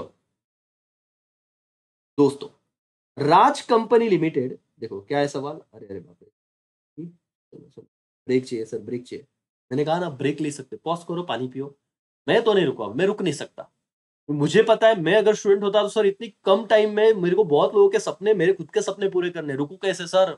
अलाउड नहीं है ना, लड़ना है सर, लड़ेंगे नहीं तो क्या होगा? जिंदगी बहुत करोड़ों रुपए नहीं कमा के रखे हैं, तो चलो यार छोड़ दो, मेहनत तो करनी पड़ेगी सर, है ना? मेरा रिजल्ट बनेगा तो मेरे मॉम डैड के आंखों में खुशी के आंसू आएंगे, और मैं देखना चाहता सर कि मैं कुछ करके दिखा सकता हूँ, तो मैं रुक नहीं सकता। अब तुम्हें रुकना है तो रुको भाई, थोड़ा ब्रेक ले लो, पॉज करो, पानी पियो, वापस आओ, रुकेंगे नहीं सर। करके दिखाएंगे, हम होशियार है सिर्फ कर नहीं रहे थे, करने लगे तो वो बात खत्म। चलो, राज company limited decide to pay interim dividend. देखो कितने अच्छे, इंटरिम डिविडेंड का कंसेप्ट भी आपका क्लियर हो जाएगा साथ ही साथ में। तो ये अगेन एक कंपनी जिन्होंने इंटरिम डिविडेंड देने का सोचा है। ओके, देखो, is the board justified to decide interim dividend 5 rupees per share even though profit till date are insufficient. सवाल क्या है कि प्रॉफिट इनसफिशिएंट है। ऊपर भी एक सवाल था फाइनल डिविडेंड में, लेकिन फ्रीज रिजर्व था तो हमने दे दिया था, लेकिन ये फाइनल डिविडेंड नहीं बेटा, ये कौन सा डिविडेंड है? Interim dividend. और आपको पूछा क्या गया है, क्या ये चलेगा इंटरिम डिविडेंड देना अगर प्रॉफिट इनसफिशिएंट है? तो answer is no. The board is not justified to declare interim dividend 5 रुपया per share if the profit till date are insufficient. This is because interim dividends is declared out of current year profit only. बेटा सिर्फ profit में से ही दिया जाता है, और अगर तुम्हारा प्रॉफिट इनसफिशिएंट है तो इंटरिम डिविडेंड आप डिक्लेयर नहीं कर सकते सर। समझा? इंटरिम डिविडेंड आया और ये एक सवाल आया दोस्तों, एज इट इज आ जाएगा। तो आप बोलना, अगर उन्होंने पूछा इंटरिम डिविडेंड प्रॉफिट इनसफिशिएंट होने के बाद भी क्या दे सकते हैं क्या इंटरिम डिविडेंड? नहीं दे सकते। चलो दूसरा, can board declare it out of free reserve? Answer is no. मैंने तो बोला था the board can not declare interim dividend out of free reserve. ये टेक्स्ट बुक का सवाल है सर, जाइए और नो नो लिख दीजिए, 3 में से 3 मार्क्स है आपके। ओके, लेकिन क्या फाइनल डिविडेंड फ्री रिजर्व में से डिक्लेयर हो सकता है क्या? यस। तो ये डिफरेंस का पॉइंट भी आप लिख लीजिए कि final dividend can declare out of free reserve, interim dividend can not be declare out of free reserve. खत्म। Last, can board of director declare it out of capital? Answer is big no sir. Board cannot declare the interim dividend out of capital, is declare out of profit of the current year. तो लाख बात की एक बात, interim dividend current year के profit में से ही दिया जाएगा। क्या आप लोगों को समझा क्या दोस्तों? हाँ या ना? अरे हाँ या ना? देख लो एक बार, मैं पानी तो पी लूं, कब से लेक्चर चल रहा है सर, आप भी तो ध्यान में रखिए सर। यस, चलो, मजा आ रही है दोस्तों? हो रही पढ़ाई? Interim dividend done, app download कर लीजिए। आगे अगर आप सीए करना चाहते हो, सीएस करना चाहते हो, बीकॉम करना चाहते हो और नासिक में हो तो ऑफलाइन क्लास के लिए जरूर आ सकते हो। कॉलेज रोड पे बीआई के कॉलेज के पास अपना क्लास है। और अगर आप ऑनलाइन क्लास करना चाहते हो सीए, सीएस, सीएमए के लिए, सीएमए फाउंडेशन के लिए, तो भी आप डेफिनेटली आ सकते हो। ठीक है?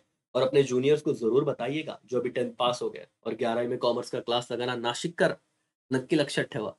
चलो ध्यान दो दोस्तों, आगे बढ़ते हैं लास्ट सवाल की तरफ, और इसी के साथ sir finally finally finally chapter number 9 हमारा, इतने सारे case study based question done हो जाएंगे। ओके, इस डायमंड कंपनी, अच्छा इसका रिवीजन दो ना सर फटाफट। अरे भाई चलो चलो चलो चलो फटाफट। इंटरिम डिविडेंड, मेन कीवर्ड क्या रहेगा? Interim dividend. क्या इंटरिम डिविडेंड इनसफिशिएंट प्रॉफिट होने के बाद दे सकते हैं? Answer is no. क्या इंटरिम डिविडेंड फ्री रिजर्व में से दे सकते हैं? Answer is no. क्या इंटरिम डिविडेंड कैपिटल में से दे सकते हैं? Answer is no. सिर्फ करंट ईयर प्रॉफिट में से देंगे, हो गया रिवीजन खत्म। Okay sir, diamond company limited consider to declare interim dividend. वापस इंटरिम डिविडेंड का सवाल आया सर। चलो डिफरेंस तो इधर ही हो जाएगा। In how many days declaration, in how many days of declaration it should be transferred to fund to dividend account? बताओ तो कौन सी डिविडेंड अकाउंट में कब ट्रांसफर करना है? देखो, the fund should be transferred to dividend account within 5 days from the date of declaration of क्या? interim dividend। वही है जो हमने नॉर्मल पढ़ा था, वैसे ही है, 5 दिन के अंदर वो डिविडेंड अकाउंट में ट्रांसफर कर दो। In how many days it must be pay to share holder? 30 days. ये तो ऊपर पढ़ा था, वही था दोस्तों। 30 days from the date of declaration आपने पेड कर देना है, खत्म। 1 मार्क्स सर, अभी कितना सिंपल लग रहा है, वही है जो ऊपर पढ़ा। हाँ, last, in how many days of declaration must be transfer the fund of unpaid dividend account? Unpaid dividend account क्या sir? The unpaid dividend account must be transfer, the unpaid dividend must be transferred to unpaid dividend account within 37 days from the date of declaration। Underline करना बेटा, 37 days from the date of declaration। 7 days और 30 और 7, 37 days from the date of declaration। Done. चलो sir, हो गए सारे lecture? हाँ sir, concept? Yes sir. हाँ फाइनली सर, चेन की सांस लो। आपने टोटल बेटा 10 क्वेश्चन कर लिए, एकदम टेंशन नहीं sir. 10 case study based question, और अब ज्यादा भी बड़े नहीं रहेंगे, मतलब डिपॉजिटरी कर लो उसमें 5 है सर, और ये हुआ तो मैं आपको बताऊं कि 6, 7, 8 में से तो कुछ है ही नहीं। तो अगर कोई कहे केस स्टडी बेस्ड क्वेश्चन हुए क्या, तो बोलना हाँ 5 चैप्टर के बाकी, 1 से 5। वो भी मैंने कुछ 2-2 क्वेश्चन डाले थे पहले, वो भी मैं करवा के दूंगा, टेंशन मत लो। लेकिन आपको एंड तक बैठना है। क्या आप रेडी हो सब? बोलो यस और नो। क्या आगे पढ़ाओ कि नहीं? हाँ या ना? सर हाँ यार पढ़ा दो, चलो पढ़ लेंगे मालिक, एवरीबॉडी पढ़ लेंगे सर, लड़ेंगे एवरीवन, चलो। डिपॉजिटरी सिस्टम का फिफ्थ सर, डिपॉजिटरी सिस्टम पता है ना क्या होता है दोस्तों? जब हमारा फिजिकल फॉर्म ऑफ शेयर हुआ करता था फिजिकल फॉर्म में, तो उसके लिमिटेशन थे। वो चोरी हो सकता था, फट सकता था, है ना? बहुत सारी चीजें थी फिजिकल फॉर्म के, बहुत सारे लिमिटेशन थे। तो इसीलिए हमने डिसाइड किया कि शेयर को क्या करेंगे, इलेक्ट्रॉनिक फॉर्म में कन्वर्ट करेंगे, उसे डीमैटेरियलाइजेशन कहते हैं, बराबर ना? हाँ सर। और उसी के साथ दोस्तों ये जो इलेक्ट्रॉनिक फॉर्म ऑफ सिक्योरिटी संभाल के रखने की जिम्मेदारी है, वो किसके पास होता है? डिपॉजिटरी सिस्टम के पास। डिपॉजिटरी सिस्टम के पास। वो डिपॉजिटरी एक्ट है 1996, अगर आपको याद आ रहा होगा तो, है ना? वैसे वाली बात। हाँ सर, चलो नौवा चैप्टर तो 9 10 11 12 खत्म, 6 7 8 में से है नहीं, तो 6 से 12 बोल दो, डन हो गए केस स्टडी बेस्ड क्वेश्चन। 1 2 5 रहेंगे, फिर दो क्वेश्चन है, ज्यादा डील नहीं है, ज्यादा बड़ी बात नहीं है सर। चलो भाई और बहनों, आ जाते हैं चैप्टर नंबर 9, क्वेश्चन नंबर 1। सब लोग यहाँ पे ध्यान देंगे और कंप्लीट कर लेंगे सर ये वाला सवाल।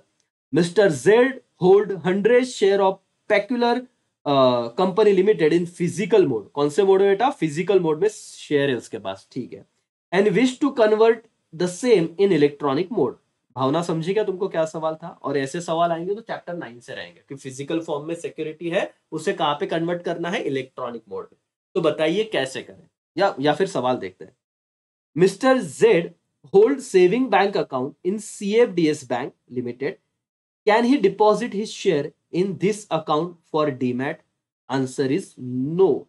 Mister Z can not deposit his share in his bank account for demat. Sir bank account में थोड़ी ना डाल देगा, उसे सेपरेट से डीमैट, वो डीपी के पास जाना पड़ेगा, डीमर्टलाइजेशन का प्रोसेस कराना पड़ेगा एंड सो ऑन, तो बैंक अकाउंट में नहीं डाल सकता। ठीक है, दूसरा सवाल। What type of account he need for the same? तो आपको केस स्टडी बेस में पूछा जाएगा। देखो ओसी तो भी एक टाइम सिंपल था, एसपी में बहुत ज्यादा कंसेप्चुअल तुमको क्लैरिटी चाहिए। उन्होंने बोला ठीक है बैंक में नहीं डाल सकते, तो बताओ कौन से टाइप का अकाउंट में डालेंगे। देखो, a demat account is required for converting physical share into क्या? Electronic holding. तो कौन सा अकाउंट? डीमैट अकाउंट ओपन करें। Demat account is required for converting physical share into electronic holding. फिर, is it the RBI which will be custodian of the share for of Mr. Z after dematting? क्या RBI के पास रहता है क्या? नहीं sir, हमने तो देखा था ना डिपॉजिटरी सिस्टम होता है। Yes, no, RBI will not be custodian of the share of Mr. Z. The depository मतलब NSDL और CDSL। क्या बेटा? NSDL और CDSL will be the custodian of share of Mr. Z for क्या बेटा? डीमैटिंग। चलो सर रिवीजन करा के दो सर, सवाल क्या था जरा बताइए और टेक्स्ट बुक में आइए और लिखिए। मिस्टर जेड के पास 100 शेयर है, क्या उसके बैंक अकाउंट में वो डाल सकता? Answer is no. तो कहां पे कौन सा अकाउंट ओपन करना पड़ेगा? डीमैट अकाउंट, ठीक है, इलेक्ट्रॉनिक फॉर्म में उसे कन्वर्ट करने के लिए। और तीसरा सवाल, क्या आरबीआई कस्टडियन रहेगा? नहीं सर, आरबीआई नहीं, कस्टडियन कौन है? डिपॉजिटरी खुद है। ये जवाब लिखिएगा, NSDL CDSL will be the custodian of share of mister Z. Done हो गया दोस्तों? मेरे साथ बोलो यस और नो। हाँ सर, मोटिवेशन बना के रखिए दोस्तों। ठीक है, 11वां क्वेश्चन आपने, 11वां क्या 12वां क्वेश्चन आपने डन कर दिया है। और इसी के साथ आप लोग टेक्स्ट बुक में भी लिखिए तो आपको बिल्कुल कॉन्फिडेंस आ जाएगा। डन? Yes sir. चलो आगे बढ़ेंगे भाई और बहनों और आ जाते हैं नेक्स्ट क्वेश्चन की तरफ। क्या है? Mister R hold 100 share of peculiar company limited in demat mode. ठीक है सर, डीमैट मोड में है। आगे क्या? पहला सवाल, he want to transfer 1 share each to his wife, daughter and son. Can he do so? क्या वो कर सकता है? क्या उसे ट्रांसफर करना है? एक शेयर उसकी वाइफ को, एक उसके बच्चे को, एक उसकी बेटी को। तो he can transfer 1 share each to his wife, daughter and son if they also have demat account। अगर उनके पास डीमैट अकाउंट है तो ही वो ट्रांसफर कर सकता है। तो आंसर लिखना यस, बट सब्जेक्ट टू उन तीनों के पास क्या चाहिए? डीमैट अकाउंट चाहिए। इतना लिख देना। कौन सा अकाउंट चाहिए बेटा? Demat account. जम गया? इतना सिंपल था। आगे, does he need to submit DRF और DIS if he want to transfer his share? दोस्तों तो समझिए, DRF is a demat requisition form. Underline कीजिए इसका full form, demat requisition form. The share held by Mr. R is already in DMAT form. So he has to submit DIS, that is delivery instruction slip, to transfer his share to his family। आधी जनता को तो ये पता ही नहीं था और 1 marks का सवाल आता। और सर हम लोग तो ऐसे ना डिपेंडेंट की तरह बोलते पीछे, तुला येतंय का, ये तुला येतंय काय, क्या है डीआरएफ डीआईएस, साला पहली बार पढ़ा। तो डीआरएफ क्या होता है बेटा, डीमैट रिक्विजिशन फॉर्म। और ऑलरेडी आर के पास तो डीमैट फॉर्म में ही शेयर थे, तो डीआरएफ भरना पड़ेगा क्या, आंसर इज नो। तो उसे ट्रांसफर करने के लिए कौन सा फॉर्म भरना पड़ेगा, डीआईएस। डीआईएस का फॉर्म, फुल फॉर्म क्या है, डिलीवरी इंस्ट्रक्शन स्लिप। बोलो, लिख लो टेक्स्ट बुक में, डिलीवरी इंस्ट्रक्शन स्लिप। समझा क्या राजा, यस और नो, यस सर करके डन। दूसरा सवाल हो गया, यस। तीसरा, can he nominate his wife as as his demat account. क्या नॉमिनेट, नॉमिनेट मतलब क्या, उसको कुछ होने के बाद उस शेयर का मालिक कौन रहेगा। जैसे मैंने कहा था ना प्रैक्टिकल पढ़ाते वक्त, कि जैसे राकेश झुंझुनवाला जी बहुत बड़े शेयर होल्डर है, बिग बुल के नाम से जाने जाते थे, उनके डेथ के बाद उनके वाइफ के पास सारे शेयर चलेंगे, तो वैसे वाली बात है। देखो, every depositor at any time has right to nominate any person as a nominee in the event of his or her death. So Mr. R can nominate his wife. चलो सर रिवीजन करते हैं फटाफट से, और हमें एक question learn हो गया, इसका कॉन्फिडेंस आ जाएगा। तो अगर आपको पूछा, एक बंदा है जिसके पास 100 शेयर है डीमैट फॉर्म में, तो ऑलरेडी बताया हुआ है। पहला सवाल, उसे वाइफ, डॉटर और सन को ट्रांसफर करने कर सकते हैं, आप बोलना यस, सब्जेक्ट उनके पास क्या होना चाहिए, डीमैट अकाउंट होना चाहिए। दूसरा, डीआरएफ फॉर्म बनेगा या डीआईएस, तो डीआरएफ नहीं भरेगा, क्योंकि डीमैट रिक्विजिशन फॉर्म ऑलरेडी वो डीमैटलाइजेशन करते वक्त भरते, इसका तो ऑलरेडी डीमैट में, तो इसलिए वो नहीं भरेगा। डीआईएस भर देगा, मतलब क्या सर, डिलीवरी इंस्ट्रक्शन स्लिप। ठीक है।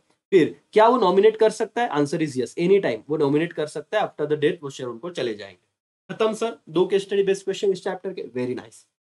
चलो भाई और बहन, आते हैं हम नेक्स्ट सवाल पे। हे ढोकलो, सर उम्मीद जगाओ, मोटिवेट रहो, सोना नहीं है, टेक्स्ट बुक लेके बैठो, बहुत बड़ी लड़ाई है सर, हार नहीं सकते, है ना, बहुत उम्मीदें है। चलो सबकी उम्मीदें पूरी करेंगे, अपनी खुद की पूरी करेंगे उम्मीदें सर। तीसरा सवाल, चलो इसका पहले स्क्रीनशॉट खींचना है, खींच लो फटाफट से। ओके, चलो हो गया क्या बेटा, ले लिया स्क्रीनशॉट, यस और नो, यस सर। दोस्तों नेक्स्ट सवाल की तरफ आते हैं, बहुत ही सिंपल सा सवाल है, ध्यान दीजिएगा, मेरे साथ ही हो जाएगा और टेक्स्ट बुक में आप मार्क करते रहिएगा। चलो सर, सवाल है, mister Z wish to open demat account in her name. ठीक है, सॉरी मिसेस जेड है, ठीक है। ये जो बहन है, इनको डीमैट अकाउंट ओपन करना है, ठीक है। तो पहला सवाल आपको पूछा जा रहा है 1 मार्क्स के लिए, can she open demat to going Mumbai office to NSDL. ये डायरेक्ट डिपॉजिटरी के पास जाना चाहिए क्या, नहीं सर। आपको अगर डीमैट अकाउंट ओपन करना है, जीरोदा के पास कर लीजिए, एंजल वन के पास कर लीजिए, अपस्टॉक के पास कर लिया, वो शून्य क्या है उसके पास कर, तो सर बहुत सारे डीपी के पास जाइए ना, डिपॉजिटरी के पास जाने की जरूरत नहीं आपको। तो आंसर क्या है, नो। ये जो जी बेन है, जी मैडम है, can not open demat account by going to Mumbai office of NSDL या फिर सीडीएसएल जो भी है। एनएसडीएल ये क्या है, डिपॉजिटरी है, ठीक है, which is like central bank. जैसे हम लोग क्या करते हैं, आरबीआई में अकाउंट नहीं ओपन करते हम लोग, हमारा बैंक ऑफ महाराष्ट्र है, एसबीआई कमर्शियल बैंक में ओपन करते हैं, वैसे ही तो डिपॉजिटरी ये मेन है, सेंट्रल बैंक जैसा, आरबीआई जैसा है, तो वहां पे कोई नहीं जा सकता। She has to open demat account by with क्या, डिपॉजिटरी पार्टिसिपेंट। डीपी के पास वो डीमैट अकाउंट ओपन कर सकती है। डीपी मतलब समझा बेटा, शेर खान, जीरोदा, एंजल वन, इसे कहते हैं डीपी। ठीक है, 1 मार्क्स आपका हो गया। क्या सबको समझा है, एनएसडीएल के पास जाने की जरूरत है क्या, नहीं, कहाँ पे जाएंगी, डीपी के पास, ठीक है। इज शी रिक्वायर्ड टू पे opening account and maintenance, it's maintenance, क्या पैसा देने की जरूरत है क्या, यस। जो जेड मैडम है, हैज टू पे opening account and maintenance for availing service of DP. DP के सर्विस लेने के लिए उन्हें उतना पैसा मेंटेनेंस फीस देना पड़ेगा, यस सर। ओके, लास्ट सवाल क्या है, ये है, does she have to send the share to respective company for dematting. क्या कंपनी के पास शेयर भेजने की जरूरत है सर, नो। सर देखिए, answer is no. She does not have to send the share to respective company for dematting. She has to send the physical share certificate and demat requisition form in क्या बेटा, triplicate to DP. अब ये क्या है sir, ये मैं आपको बताता हूँ कि उनके पास सपोज फिजिकल फॉर्म में शेयर हो गया और उन्हें कन्वर्ट करना है इलेक्ट्रॉनिक फॉर्म में, तो कहाँ पे भेजना है, तो उन्होंने क्या करना है, she has to send the physical share certificate and demat requisition form, DRF. ये याद रखना, 1 मार्क्स के लिए सवाल बनेगा कि जब आपको physical form of share electronic form में कन्वर्ट करने हैं, तो आपको एक फॉर्म भरना पड़ता है, उस फॉर्म को क्या कहते हैं, डीआरएफ। क्या बेटा, DRF, that is demat requisition form. और कितने में रहेगा, ट्रिप्लीकेट मोड में रहेगा, ठीक है, 3 कॉपी रहेगी उसकी, दीपू को 3 कॉपी देना है, ठीक है। चलो हो गया सर, यस। तो ये क्वेश्चन भी आपका डन हो गया दोस्तों। आते हैं नेक्स्ट, और आई थिंक सो और 2 क्वेश्चन बचे क्या इसके? ठीक है, क्वेश्चन बढ़ गए शायद से। हाँ, चलो ये वाला क्वेश्चन पढ़ो, इसका स्क्रीनशॉट लो फटाफट से पढ़ने से पहले। ओके, ले लिया बेटा स्क्रीनशॉट एवरीवन? चलो सर, ये क्वेश्चन क्या है जरा ध्यान से समझना, मैं आपको पहले बता देता हूँ। दोस्तों, एक व्यक्ति के पास फिजिकल फॉर्म में शेयर है, ठीक है? उसे वो शेयर इलेक्ट्रॉनिक फॉर्म में कन्वर्ट करना है। कैसे कन्वर्ट करना है? इलेक्ट्रॉनिक फॉर्म में। और उसी से रिलेटेड ये सारे सवाल बने हैं। तो आपका जब केस स्टडी बेस्ड क्वेश्चन कर रहे हो तो इनडायरेक्टली उस चैप्टर का वो एसेंस आपको मिल रहा है, वो चीजें आपको समझ में आ रही है, ऑब्जेक्टिव आपके कहीं ना कहीं हो रही है, तो बहुत ध्यान से देखिए, ठीक है? और आप देखिए सर, आपके जिंदगी के 100 मिनट ये आपके 6 मार्क्स कंप्लीट कर देंगे, मतलब करीब करीब 1.5 घंटा, 1 घंटे का लेक्चर हो चुका है, ठीक है? तो बिल्कुल पेशेंस बनाए रखिए, फुल मोटिवेशन के साथ लेक्चर देखिए दोस्तों, हर एक चीज आपकी कवर हो जाएगी, और टेक्स्ट बुक जरूर लेके बैठेगा। Mister L want to demat his 25 share of peculiar limited company, ठीक है, peculiar company limited bearing certificate number 100 and distinctive number 100 to 600। अब ये छोड़ दो, इसमें कोई टेंशन नहीं लेना है आपको, फिजिकल फॉर्म में उसके शेयर थे, उसे इलेक्ट्रॉनिक फॉर्म में कन्वर्ट करना है। पहला सवाल आपको पूछा जा रहा है, which form he is required to fill as return request to DP, ठीक है? फिजिकल फॉर्म में को इलेक्ट्रॉनिक फॉर्म में कन्वर्ट करना है, तो कौन सा फॉर्म भरना पड़ेगा डीपी के बाद? अभी अभी तो हमने पढ़ा था डीआरएफ, कुछ तो याद आ रहा है? ये देखो, mister L has to fill demat requisition form, DRF इतना लिखा तो भी चलेगा, as return request to DP. बोलो मिस्टर एल को क्या भरना पड़ेगा? Demat requisition form, DRF, as return request to क्या बेटा? डीपी। पहले सवाल का जवाब मिला क्या? यस और no? Which form he is required to fill as a return request to DP? DRF. बोलो मेरे साथ, क्या? डीआरएफ फुल फॉर्म बोलो, डीमैट रिक्विजिशन फॉर्म। बोलो दोस्तों, क्या? Demat requisition form. सर यहाँ पे देखो, धमाका हो गया सर, ध्यान दो, यहाँ पे बहुत इंपॉर्टेंट बात चाहिए चल रही है सर, किसी का भी यहाँ पे दुर्लक्ष्य नहीं होना चाहिए। समझ में आया दोस्तों? यस और नो? यस। चलो दूसरा, does he have to feel instrument of transfer? क्या है सर? ये देखो बहुत सिंपल सा सवाल है, आप सिर्फ फोकस कीजिए। इंस्ट्रूमेंट ऑफ ट्रांसफर फील करना पड़ेगा, अगर इफ यू करना पड़ेगा क्या? If you want to transfer same share after dematerialization, एक बार उसके शेयर इलेक्ट्रॉनिक फॉर्म में कन्वर्ट हो गए तो इंस्ट्रूमेंट ऑफ ट्रांसफर भरना पड़ेगा, तो answer is no. After demat, if he wish to transfer the share, he does not have to fill instrument of transfer. However, he will have to submit delivery instruction slip DIS to DP। ये हमने ऊपर के सवाल में पढ़ा था। 1 marks की बात है दोस्तों, जहां आपका मोटिवेशन ढीला हुआ वही क्वेश्चन पेपर में आ जाएगा, सोच के चलिए। कब कर लेंगे सर? कोई दिक्कत नहीं है। देखो अभी एक बार अगर तुम्हारा शेयर फिजिकल फॉर्म में, तो ये वाला भरिए इंस्ट्रूमेंट, क्या? Instrument of transfer. कब? अगर शेयर फिजिकल फॉर्म में है तो, और शेयर ट्रांसफर करना है तो। लेकिन अगर शेयर ऑलरेडी डीमैट में है तो ये इंस्ट्रूमेंट ऑफ ट्रांसफर करना पड़ता नहीं है आपको। तब क्या भरना पड़ता है? डीआईएस, क्या? Delivery instruction slip. DIIs, delivery instruction slip. याद है बेटा? याद रहेगा?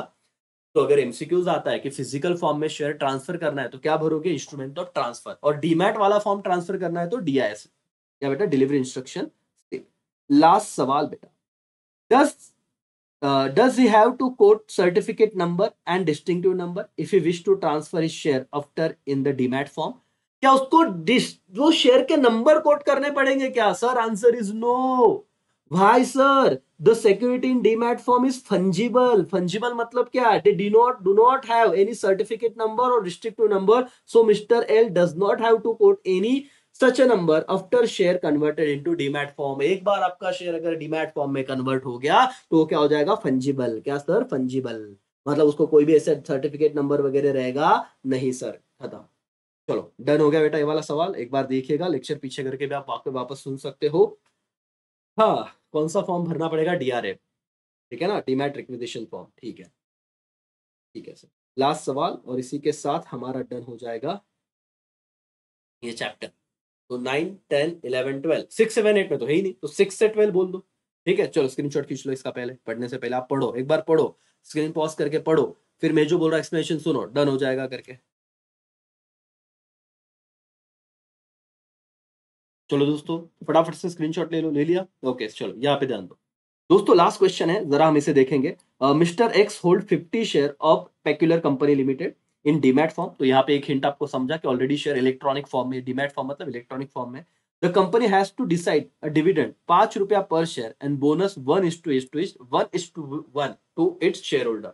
तो एक शेयर के लिए वो एक शेयर दे देंगे बोनस। सवाल क्या है, how will mister S gate dividend. तो ये जो एस है जिसके पास 50 शेयर थे, आपको पूछा गया है 1 मार्क्स के लिए सवाल, तो उसको डिविडेंड कैसे मिलेगा बताओ। तो दोस्तों आपको क्या करना है, देखो, under depository system the account of investor is automatically credited in case of corporate action.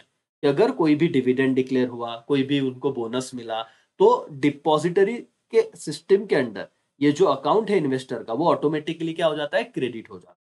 So, Mr. S will get his dividend through depository in his bank account, which is linked with the depository. तो इसे कुछ करना नहीं पड़ेगा। How will mister S get his dividend. Sir उसको तो कोई दिक्कत है ही नहीं ना। क्यों सर, क्योंकि ये सब डिपॉजिटरी करता है, डिपॉजिटरी सिस्टम। वो ऑटोमेटिकली जो कॉर्पोरेट एक्शन हो रहे हैं, मतलब डिविडेंड वगैरह मिल रहा है, डायरेक्ट क्या हो जाता है, क्रेडिट हो जाता है, उसके बैंक पे आ जाता। तो ऐसे होगा, ठीक है। Will he get bonus share in physical और डीमैट। अभी सिंपल सी बात है ना sir, since mister S hold share in demat form, the bonus share also will be received in form of क्या बेटा, demat, in demat form, and will be directly credited to his demat account. Simple सी बात है, ये एक marks तो एकदम simple है, अगर आप डरो ना तो। और सर डर रहे थे क्योंकि चैप्टर किया नहीं, केस स्टडी कब करेंगे, टाइम नहीं मिल रहा है। 1-2 घंटा मेरे साथ बैठो, सब खत्म हो जाता सर। अभी तो कितना टाइम बाकी है।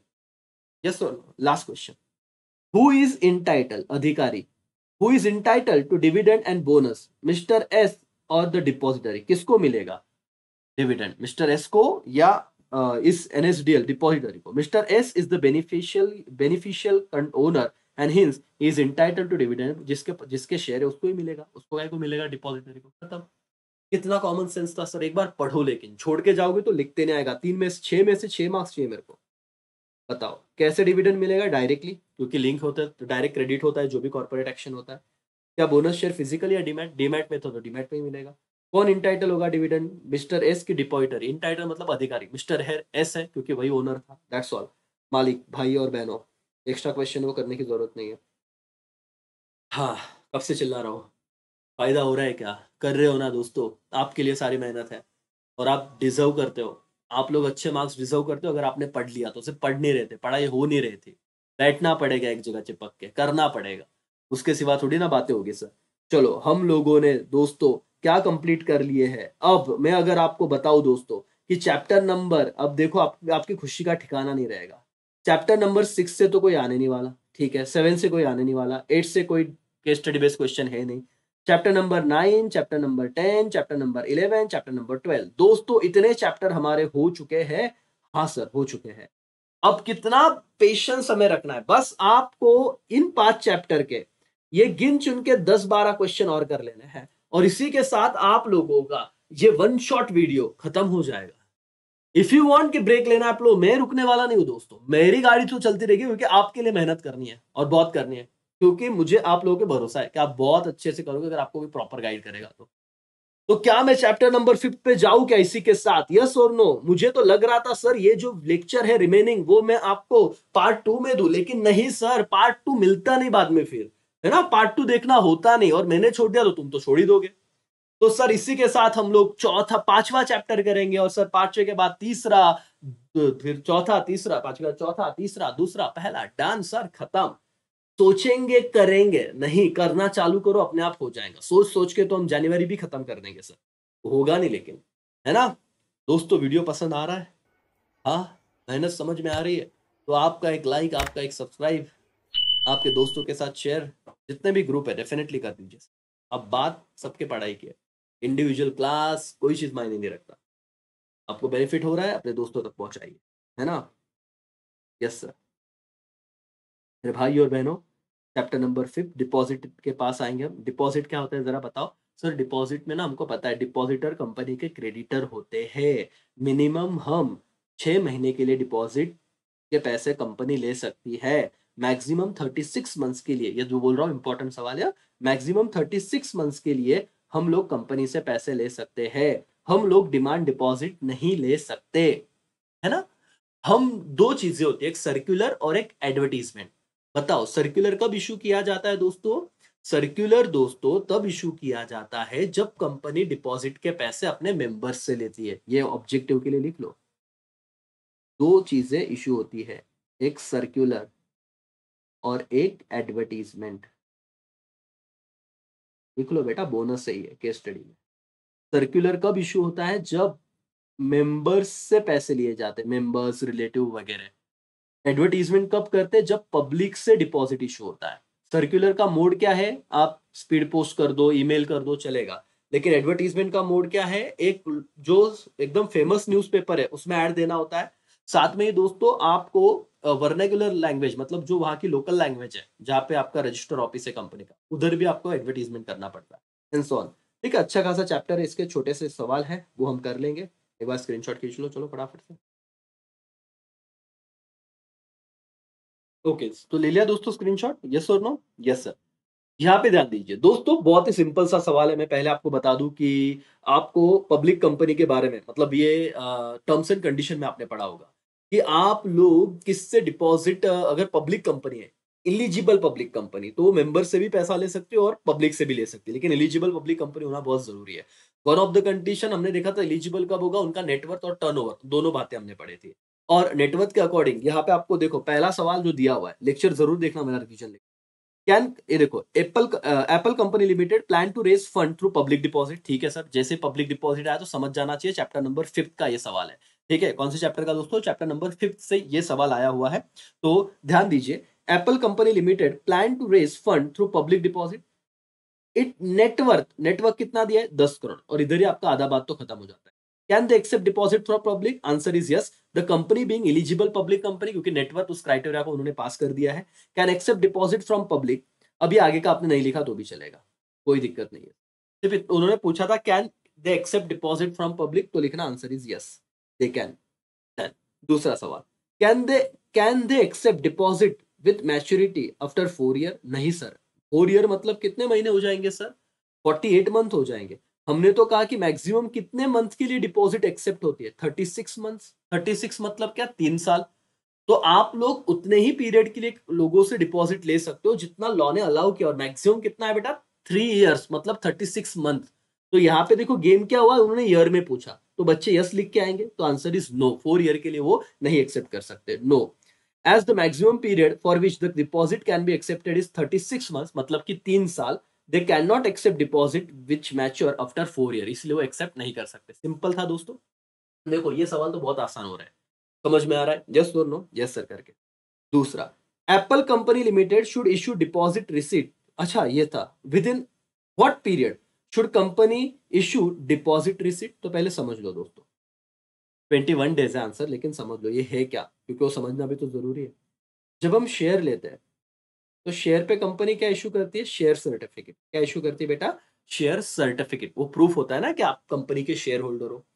वैसे ही अगर आपने डिपॉजिट लिया है लोगों से, डिपॉजिट, तो उसका प्रूफ के तौर पे हम क्या देते हैं? डीआर देते हैं। डीआर मतलब डिपॉजिट रिसीट। बोलो डीआर मतलब क्या बेटा? Deposit receipt. कितने दिनों के अंदर देना है? Within 21 days. Apple company limited should issue deposit receipt to the depositor within 21 days from the date of receipt of deposit money और रियलाइजेशन ऑफ चेक। जिस दिन डिपॉजिट मनी मिला उससे 21 डे के अंदर हमें डीआर मतलब deposit receipt issue करना है। क्या ये 3 सवाल मेरे साथ लर्न हुए क्या आपके? बोलो यस और नो, हाँ या ना। सर बताओ, क्या इसका नेटवर्क का कंडीशन इसने सेटिस्फाई किया? यस। तो पब्लिक, एलिजिबल पब्लिक कंपनी, हाँ, तो एलिजिबल पब्लिक कंपनी पब्लिक से पैसा ले सकती है, आंसर इज यस, डिपॉजिट के तौर पे। 4 साल नहीं, मैक्सिमम 36 मंथ। और कितने दिनों के अंदर, what time period should company deposit receipt issue करेगी डिपॉजिटर को? From the date of receipt, वो अमाउंट आने से कितने, 21 दिन में उन्होंने दे देना चाहिए। Done sir. ओके दोस्तों, नेक्स्ट क्वेश्चन ले लो स्क्रीन।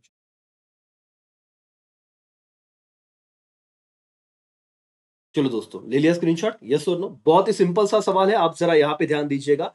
यहाँ पे क्लियरली आपको कह दिया गया है क्या, कि एबीसी लिमिटेड, ये जो एबीसी कंपनी लिमिटेड है, ये इलिजिबल पब्लिक कंपनी है। दोस्तों मैं आपको कह दूं, जब इलिजिबल पब्लिक कंपनी नाम आएगा तो याद रखना वो कंपनी डिपॉजिट पब्लिक से भी एक्सेप्ट कर सकती है और मेंबर से भी। मैं क्या बता रहा हूं, इलिजिबल पब्लिक कंपनी पब्लिक से भी डिपॉजिट एक्सेप्ट कर सकती है और मेंबर से भी। ये दिमाग में घुसा क्या? यस। और पब्लिक कंपनी रहा तो सर, इलिजिबल पब्लिक कंपनी नहीं है तो सिर्फ पब्लिक है, तो क्या वो सिर्फ मेंबर से डिपॉजिट एक्सेप्ट करेगी? समझ में आ रहा है क्या? दो लोगों से हम पैसा ले सकते हैं, एक मेंबर और एक पब्लिक। जैसे प्राइवेट कंपनी, ये समझो जिन्होंने चैप्टर नहीं पढ़ा है, प्राइवेट कंपनी सिर्फ और सिर्फ मेंबर्स से ही डिपॉजिट एक्सेप्ट कर सकती है। प्राइवेट कंपनी कभी भी पब्लिक से डिपॉजिट एक्सेप्ट नहीं कर सकती। ये रूल है, लिख लीजिए।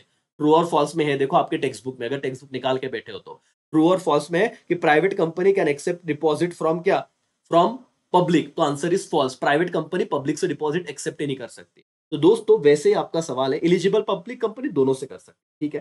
तो उन्होंने सवाल पूछा है, can company accept deposit in joint name? Yes दोस्तों, एक रूल है, टर्म्स एंड कंडीशन आप पढ़िए आपको समझेगा। जॉइंट नेम पे डिपॉजिट एक्सेप्ट हो सकता है, आंसर इज यस। लेकिन मैक्सिमम कितने जॉइंट नेम होने चाहिए, मतलब 3 से ज्यादा नहीं होने चाहिए, ऐसी वाली बात है। Yes, company can accept deposit in joint name of depositor but not more than 3 names. Maximum 3 नाम ही चाहिए और ज्यादा नहीं चाहिए करके उससे, ठीक है। ओके, दूसरा सवाल, can company accept deposit from member? अभी तो आपने बोला sir eligible public company public से भी ले सकती है, हाँ, लेकिन मैंने ये भी तो कहा मेंबर से भी ले सकते हैं। तो answer is yes, ABC company limited being eligible public company can accept deposit from member. बस इतना ही लिखो, आगे का नहीं लिखा तो भी चले। ओके, तीसरा सवाल, can company issue secure deposit? तो yes sir, company secured unsecured दोनों डिपॉजिट इश्यू कर सकती है। लेकिन इस 1 मार्क्स के सवाल में दोस्तों आपको ऑब्जेक्टिव भी कवर होगा, ध्यान से सुनिएगा।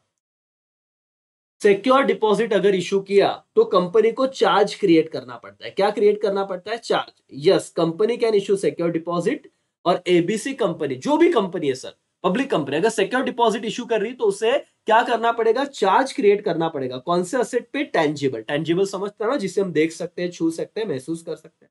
With in 30 days of acceptance of deposit. तो ये आंसर आता है। चार्ज कितने दिन के अंदर करना है? 30 दिन के अंदर। चलो बोलो मेरे दोस्तों, समझ लो, इसी से साथ मेरे साथ लर्न कर लो।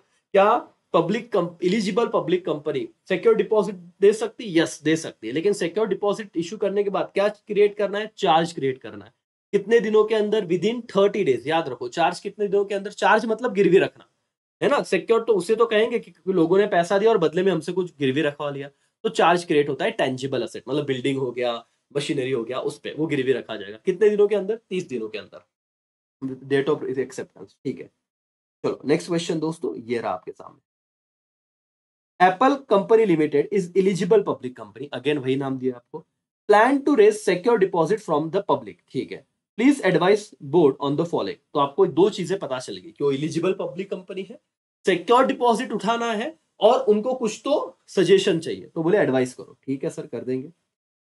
डस company need to get share holder approval for accepting deposit? बताओ सर, अगर वो कंपनी है और कंपनी को लोगों से डिपॉजिट लेनी है तो शेयर होल्डर का अप्रूवल लगेगा क्या? तो देखो answer is yes, apple company limited need to get share holder का approval for accepting deposit.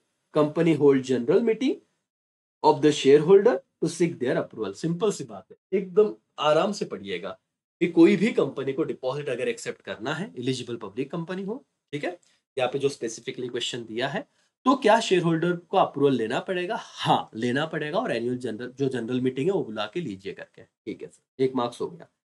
Does company have appoint debenture trustee? क्या डिबेंचर ट्रस्टी अपॉइंट करना पड़ेगा? तो दूसरा सवाल का आंसर है no, company does not need to appoint debenture trustee. क्यों sir? However, when issuing secure deposit, eligible company and public company have to appoint one or more deposit trustee। देखो क्या बोला है सर उन्होंने, सवाल देखना। इन्होंने आपको कंफ्यूज करने के लिए यहाँ पे आप ध्यान से देखो, ढूंढ लो, टेक्स्ट बुक है ना, वहां पे अंडरलाइन करो, डिबेंचर वर्ड यूज किया है। हम तो दिमाग बंद करके ना पढ़ रहे हैं, तो डिबेंचर वर्ड दिखा ही नहीं। डिपॉजिट ट्रस्टी अपॉइंट करेंगे ना, चैप्टर क्या चल रहा है? डिपॉजिट का, तो ये चलेगा, ये थोड़ी करना पड़ेगा। और क्वेश्चन देखो क्या था, डिबेंचर ट्रस्टी है, समझो, इसीलिए आपका आंसर क्या आया? नो, करने की जरूरत नहीं है करके। समझ में आया क्या? यस और नो? यस सर करके।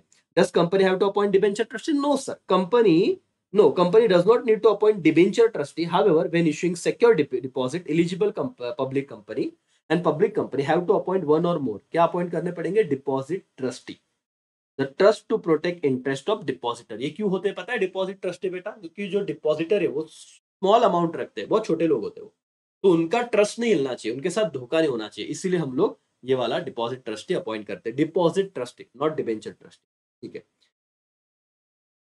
Last question, with in what period should the company create charge on it asset? अभी अभी आपने पढ़ा है, बोलो कितने दिनों के अंदर चार्ज क्रिएट करना पड़ेगा? With in 30 days. Yes sir, The company has to create charge on its tangible asset within 30 days of acceptance of deposit. The charge is created an amount not less than amount of deposit. जितना deposit लिया उससे कम charge होना नहीं चाहिए. Simple सी बात थी sir. बार बार ये चीजें रिपीट हो रही है आपके सामने. कोई दिक्कत सर? नहीं. चलो लास्ट क्वेश्चन और उसके बाद हमारा ये चैप्टर भी डन हो जाएगा. फिर थोड़ा ब्रेक लेंगे सर 1 मिनट का. ओके. और फिर आगे ही चैप्टर करेंगे. 2 घंटा तो सर टारगेट है कि कम तो होना ही नहीं और एक साथ खत्म करने, वन शॉट डन कर देने सारी चीजें. ठीक है, जो इंपॉर्टेंट है. चलो sir. Sun private limited company want to raise fund through deposit. अच्छा सर, एक कंपनी है लेकिन कौन सी कंपनी है? प्राइवेट. यहाँ पे पढ़िएगा दोस्तों, कौन सी कंपनी है? प्राइवेट. आईएमपी इस चैप्टर से आता ही आता है case study. Sun private limited company want to raise fund through deposit. पहला, can the company accept deposit from public. तो दोस्तों जैसे आपने प्राइवेट पढ़ा यहाँ पे वर्ड, तो आपको समझना चाहिए प्राइवेट कंपनी पब्लिक से डिपॉजिट एक्सेप्ट नहीं कर सकती. No, Sun private limited being a private company can not raise capital from public. A private company can accept deposits from its member, director and relative. उनसे वो ले सकते हैं, member से, डायरेक्टर से, रिलेटिव से, लेकिन वो पब्लिक से कैपिटल नहीं रेज कर सकते. ठीक है. दूसरा सवाल, which document should company issue to invite deposit. बोलो तो मैंने आपको बताया था सर्क्यूलर की एडवर्टीजमेंट. अगर मेंबर से वो ले रहे पैसा तो कंपनी शुड इशू सर्क्यूलर. समझा क्या बेटा? To invite deposit. समझा ना लॉजिक? समझा? एडवर्टीजमेंट नहीं करेंगे, अपने ही लोग सर्क्यूलर दे दो. ठीक है. Last, What is the maximum period for which they can accept deposit. दोस्तों 3 मार्क्स का सवाल आता है. 3 मार्क्स कितना सिंपल. एक बार पढ़ो, सिर्फ आप मोटिवेट होके पढ़ो, है ना sir. The company can accept deposit maximum 36 months. Done हो गया सर, डन. इतनी बातें आपने पढ़ी कि आपको अब टेंशन होना ही नहीं है सर. हो गया हमारा चैप्टर नंबर 5 के ये 4 क्वेश्चन डन. दोस्तों बहुत ज्यादा हमारा बेनिफिट हो रहा है. बस कुछ 4 चैप्टर बाकी, कुछ चंद मिनटों की कहानी है. फिर आप बोलोगे प्राउडली सर का एक लेक्चर देख लो, 6 में से 6 मार्क्स लेके आओ sir. No worry at all. हम पिछले 2 महीने से कर रहे हैं और 2 घंटे में होना अलग ही खुशी है. यस और नो दोस्तों? तो स्क्रीनशॉट आपने आई होप पहले ले लिया होगा. अब हम क्या करने वाले, डिबेंचर पे जाएंगे. उसके कितने क्वेश्चन है डिबेंचर के? 3 क्वेश्चन, उतने करेंगे. फिर शेयर्स पे 5 है लेकिन बहुत सिंपल है. फिर सेकेंड चैप्टर पे 3 और 2, मतलब ये तो ऑलरेडी मैंने पहले भी बताया था. तो इतना हो गया तो खत्म. पेशेंस रखिए और सर लड़ते रहिए. जिसने छोड़ा नहीं सर, मतलब मेहनत छोड़ी नहीं, वो आराम से जीत जाएगा. और मैं बहुत बता रहा हूँ सर, बहुत ही सिंपल है. आपने अभी तक जितना लेक्चर किया है, टेक्स्ट बुक अगर फॉलो की होगी तो आपको दिक्कत आनी ही नहीं चाहिए. ठीक है. यस और नो? Yes sir. डिबेंचर के 3 क्वेश्चन करने हमें. ठीक है. चलो पहले स्क्रीनशॉट ले लो बेटा. ओके डन दोस्तों, ले लिया स्क्रीनशॉट. ठीक है. चलो यहाँ पे ध्यान दो दोस्तों. सिंपल सा सवाल है. चैप्टर नंबर 3 डिबेंचर से, chapter number 4 issue of debenture से रिलेटेड है दोस्तों. बहुत ही सिंपल सा क्वेश्चन. अब तक अब यहाँ पे यहाँ तक आ चुके हो तो आगे की चीज भी हो ही जाएगी. चलो इश्यू ऑफ डिबेंचर पे हम बात करते हैं दोस्तों. पहले तो आपको बता दो, क्या कंपनी को डिबेंचर ट्रस्टी का अपॉइंट करना पड़ता है अगर कंपनी मोर देन 500 पीपल्स है. ठीक है. डिबेंचर, अच्छा डिबेंचर क्या होता है बताओ तो. सर डिबेंचर लाइक जैसे शेयर होल्डर कैसे कंपनी में पैसे इन्वेस्ट करते थे शेयर खरीद के, वैसे ही डिबेंचर होल्डर भी कंपनी में पैसा इन्वेस्ट कर रहे हैं, लेकिन उनको कोई मेंबरशिप नहीं चाहिए. वो क्रेडिटर होते हैं कंपनी के. कौन होते हैं बेटा? क्रेडिटर. तो डिबेंचर का मतलब समझो पहले. डिबेंचर होल्डर कंपनी के क्या होते हैं? क्रेडिटर. और इन्हें बदले में जो रिटर्न मिलता है वो डिविडेंड मिलता है कि इंटरेस्ट? Very good. इन्हें जो रिटर्न मिलता है उसे कहते हैं इंटरेस्ट. क्या कहते हैं बेटा? इंटरेस्ट. तो ये समझा? Yes sir. अब समझो कि उन्होंने क्या कहा है, पहले तो देख लो. पहला सवाल मैं आपको पूरा अच्छी तरीके से करवा के देता हूं. Rose limited company proposed to issue debenture to the public to raise fund. After discussion with the board of director, they have to decide. उन्होंने कौन से डिबेंचर इशू करने को डिसाइड किया है. देखो, उन्हें सिक्योर डिबेंचर इशू करना है, रिडीमेबल डिबेंचर इशू करना है, नॉन कन्वर्टेबल इशू करना है with the tenure of 10 year. 10 साल के लिए उन्हें इशू करना है. Please advise board on the following matter. बहुत सिंपल से सवाल है बेटा, एक एक मार्क्स के. पहला सवाल है, अगर आपने नहीं भी पढ़ा रहेगा चैप्टर तो ध्यान से समझिएगा कि should the company appoint debenture trustee. क्या कंपनी को डिबेंचर ट्रस्टी अपॉइंट करना है? अच्छा आपको नहीं पता तो ध्यान से यहाँ पे सुनिए, पढ़ लीजिए, ध्यान में आ जाएगा चीज. Yes, company should appoint debenture trustee. This is because if company issue prospectus और इनवाइट मोर देन 500 पीपल. अगर कंपनी ने प्रोस्पेक्टस इशू किया या 500 से ज्यादा लोगों को इनवाइट किया, इधर पब्लिक या member, company has to appoint one और मोर डिबेंचर ट्रस्टी. तो कंपनी को डिबेंचर ट्रस्टी अपॉइंट करना पड़ेगा. चलो मेरे साथ वापस बोलो और लर्न करो. अगर कंपनी प्रोस्पेक्टस इशू कर रहा है या 500 से ज्यादा मेंबर को वो इनवाइट कर रहा है, मेंबर या पब्लिक जो भी है, तो कंपनी को डिबेंचर ट्रस्टी अपॉइंट करना पड़ेगा, वन और मोर। ठीक है। दूसरा सवाल, should company create charge on asset? Yes, अगर सिक्योर डिबेंचर इशू कर रहे हैं तो गिरवी कुछ तो लगना पड़ेगा, देना पड़ेगा उनको। यस, देखो दोस्तों क्या है। Okay, yes, since the company issuing secure debenture it should create charge on asset. एक मार्क्स डन हो गया, तो 2 मार्क्स खत्म तुम्हारे। यस और no? Yes. Can tenure of debenture less than 10 year? क्या कोई डिबेंचर का टेन्योर, टेन्योर का मतलब होता है टाइम पीरियड, क्या कोई भी डिबेंचर 10 साल से कम टाइम पीरियड के लिए हम इशू कर सकते हैं क्या, ये आपका सवाल है। तो yes sir, yes, the tenure of debenture can be less than 10 year, all secure debenture should be redeem within 10 year from the date of issue. तो ये अंडरलाइन कीजिए बेटा, सारे के सारे जो सिक्योर डिबेंचर होता है, सिक्योर मतलब जिसके अगेंस्ट कोई सिक्योरिटी रखी है, कितने दिनों के अंदर रिडीम करना पड़ेगा? 10 year from the date of issue. समझ में आ रहा है? यस और नो? Yes sir, correct. तो दोस्तों बहुत ही इंपॉर्टेंट चीज आप पढ़ रहे हो। ओके, सो आई होप यहाँ तक क्लियर है। डन डना डन, हाँ या ना?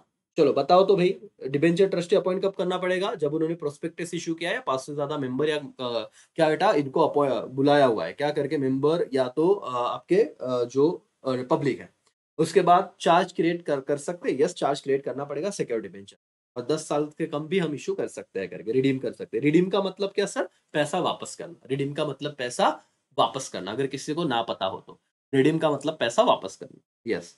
दूसरा सवाल दोस्तों बहुत ही सिंपल सा सवाल है, जरा स्क्रीनशॉट इसका ले लीजिएगा फटाफट से। ले लिया दोस्तों स्क्रीनशॉट? यस और नो? यस सर करके। चलो ध्यान दीजिए, बहुत ही सिंपल सा सवाल, 1 मिनट में हो जाएगा अपना ये सवाल। देखो दोस्तों, क्या कहा है, एक वॉयलेट लिमिटेड कंपनी का नाम है, वो प्लान कर रही है कि 10 करोड़ रुपया इशू ऑफ डिबेंचर, याद रखना ये यहां से आपको समझ जाएगा कौन से चैप्टर से है। डिबेंचर इशू करके वो पैसा रेस करना चाहते हैं। Board of director has some query, उन्हें कुछ सवाल है। पहला सवाल, can company issue unsecured debenture? तो आंसर इज यस सर। कोई जैसे डिपॉजिट था ना, वैसे ये भी दोस्तों, कंपनी अनसिक्योर्ड डिबेंचर इशू कर सकती है, तो यस, कंपनी अनसिक्योर्ड डिबेंचर भी इशू कर सकती है। डन हो गया। दूसरा, can they issue irredeemable debenture? देखो इरिडीमेबल का मतलब समझ, इरिडीमेबल का मतलब लोगों से पैसा तो लेंगे लेकिन उन्हें वापस नहीं करेंगे। अब बोलोगे ये कैसे बात हुई सर, तो पैसा क्यों देंगे लोग? बेटा कब तक वापस नहीं करेंगे? जब तक कंपनी वाइंड अप नहीं होती, बंद नहीं होती। हम कहेंगे तुम आज पैसा दे दो, कंपनी बंद होने के बाद तुम्हें पैसा वापस करेंगे, बंद होने के बाद, लेकिन जब तक चालू है तब तक रिडीम करेंगे नहीं। उसे इरिडीमेबल बोलते हैं। क्या बोलते हैं?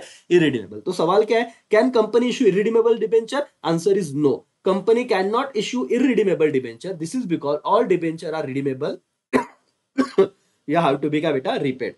रिडीमेबल मतलब पैसा लेना है तो रिपे करना पड़ेगा। ये समझा क्या? तो बताओ, कंपनी इरिडीमेबल डिबेंचर इशू नहीं कर सकती। बोलो बेटा, कंपनी इरिडीमेबल डिबेंचर इशू नहीं कर सकती। Last, as the company offering debenture to its member, can such a debenture have normal voting right? तो answer is no sir, debenture holder को वोटिंग राइट होता नहीं, मेंबर को दो या पब्लिक को दो। No, company can not issue debenture with voting right, hence debenture offer to member can not have normal voting right. खत्म हो गया सर, समझा आपको? क्या कंपनी अनसिक्योर्ड डिबेंचर इशू कर सकती है? यस। क्या company irredeemable debenture? No. Irredeemable मतलब क्या? पैसा पे नहीं करेंगे, ऐसा तो नहीं कर सकते, रिडीमेबल ही देंगे। यस, तो इरिडीमेबल नहीं दे सकते। और क्या वोटिंग राइट मिलेगा? Answer is no. खत्म हो गया दोस्तों। आपके सामने सवाल आ रहा है तीसरा, और इसी के साथ टेंशन खत्म हो जाएगा। ना पढ़िए फटाफट से, स्क्रीनशॉट निकाल लीजिए। ओके, ले ले बेटा स्क्रीनशॉट। चलो यहाँ पे ध्यान दो, बहुत सिंपल से 3 सवाल है। अगेन 1 से 2 मिनट में कंप्लीट करने की कोशिश करेंगे दोस्तों। डिबेंचर से रिलेटेड सवाल है, तो मैं आपको पहले ये पढ़ा के समझा देता हूँ। टेक्स्ट बुक में आइए, एक साथ वो कर लीजिए दोस्तों, क्योंकि आप लोगों के 6 मार्क्स डन हो गए और बहुत ज्यादा वैल्यूबल ये 6 गारंटी के साथ मिल रहे हैं सर। ले लीजिए। DS's financial plan to raise 10 crore by issuing secure debenture. उनका प्लान क्या है, कितने करोड़ इशू करना है? 10 करोड़ रुपया मार्केट से उन्हें लेना है। क्या इशू करके? डिबेंचर इशू करके। ठीक है, secured non convertible debenture issue करके 10 करोड़ लेना है। However, secured and non convertible. However, as per the article of association. Article of association मतलब क्या बेटा? दो बहुत इंपॉर्टेंट डॉक्यूमेंट होते हैं। एक होता है MOA, मेमोरेंडम ऑफ एसोसिएशन, और एक होता है AOA, that is article of association. Company को इन सबको फॉलो करना पड़ता है, मतलब आर्टिकल ऑफ एसोसिएशन को मानना पड़ता है, उसके बिना चीजें चलती नहीं। तो आर्टिकल ऑफ एसोसिएशन में क्या बताया हुआ है? However, as per the article of association the board of director have authority only to raise 5 crore. समझा? तो उनके डॉक्यूमेंट में क्या लिखा है कंपनी के? वो 5 करोड़ इशू, मतलब 5 करोड़ रुपया ले सकते हैं। They are also consider whether to go for private placement or making public offer. Please advise on the following. तो बताओ, इनको नीचे दिए गए मुद्दों पे बताओ, एक एक मार्क्स के 3 सवाल है। पहला, what can be the maximum tenure of debenture to be issue. देखो टेन्योर मतलब टाइम पीरियड, कौन सा डिबेंचर इशू कर रहे थे, स्टार्टिंग में बोला था सिक्योर्ड डिबेंचर। देखो बेटा, कौन सा debenture, secured and non convertible. तो कितने पीरियड तक वो टेन्योर क्या रहेगा, टाइम पीरियड। तो answer is the company can issue debenture for maximum tenure of 10 year, 10 साल। Why, because all secured debenture should be redeem within 10 year from the date of issue. याद रखना, बार बार बोल रहा हूं कि अगर कंपनी ने सिक्योर डिबेंचर दिया है तो 10 साल के अंदर उसे रिडीम करना ही पड़ेगा, रीपे करना ही पड़ेगा। तो मैक्सिमम टेन्योर कितना हो गया, 10 साल। दूसरा, is the propose issue with in the borrowing power of the board. क्या वो 10 करोड़ लेना चाहते हैं, वो उनके लिमिट में है क्या, पावर में है क्या। आंसर इज नो, क्योंकि बोरिंग पावर तो कितना दिया है, 5 crore. No, as the article of association authorise the board to raise capital only up to कितना करोड़ बेटा, 5 crore. The propose issue is not within the borrowing power. कितना सिंपल था sir, आप सिर्फ समझिए, कॉन्फिडेंस रखिए कि आप लिख सकते हो। बच्चे डायरेक्ट छोड़ के आते हैं, बोले तो वाचलंच नाही, खूप अवघड असतं केस स्टडी एसपीचं। काय अवघड नसतं, इजी है कि नहीं। यस सुनो बेटा, यस। तो याद रखना कि कितना सिंपल सा सवाल था, लिमिट से बाहर है। यस सर, तो that's why it is not authorised. Okay, within what period should company issue debenture certificate. देखो शेयर सर्टिफिकेट देखा हमने, डिपॉजिटरी रिसीट देखा, तो डिबेंचर सर्टिफिकेट कब तक इशू करना है। The company has to issue debenture certificate within 6 months. कितने महीने के अंदर, 6 months from the allotment of debenture. From the allotment of what बेटा, debenture. Okay, 6 months from the date of allotment of debenture. क्या ये तीनों सवाल हो गए, हाँ या ना, बताओ जरा, रिवीजन करा के दो बेटा।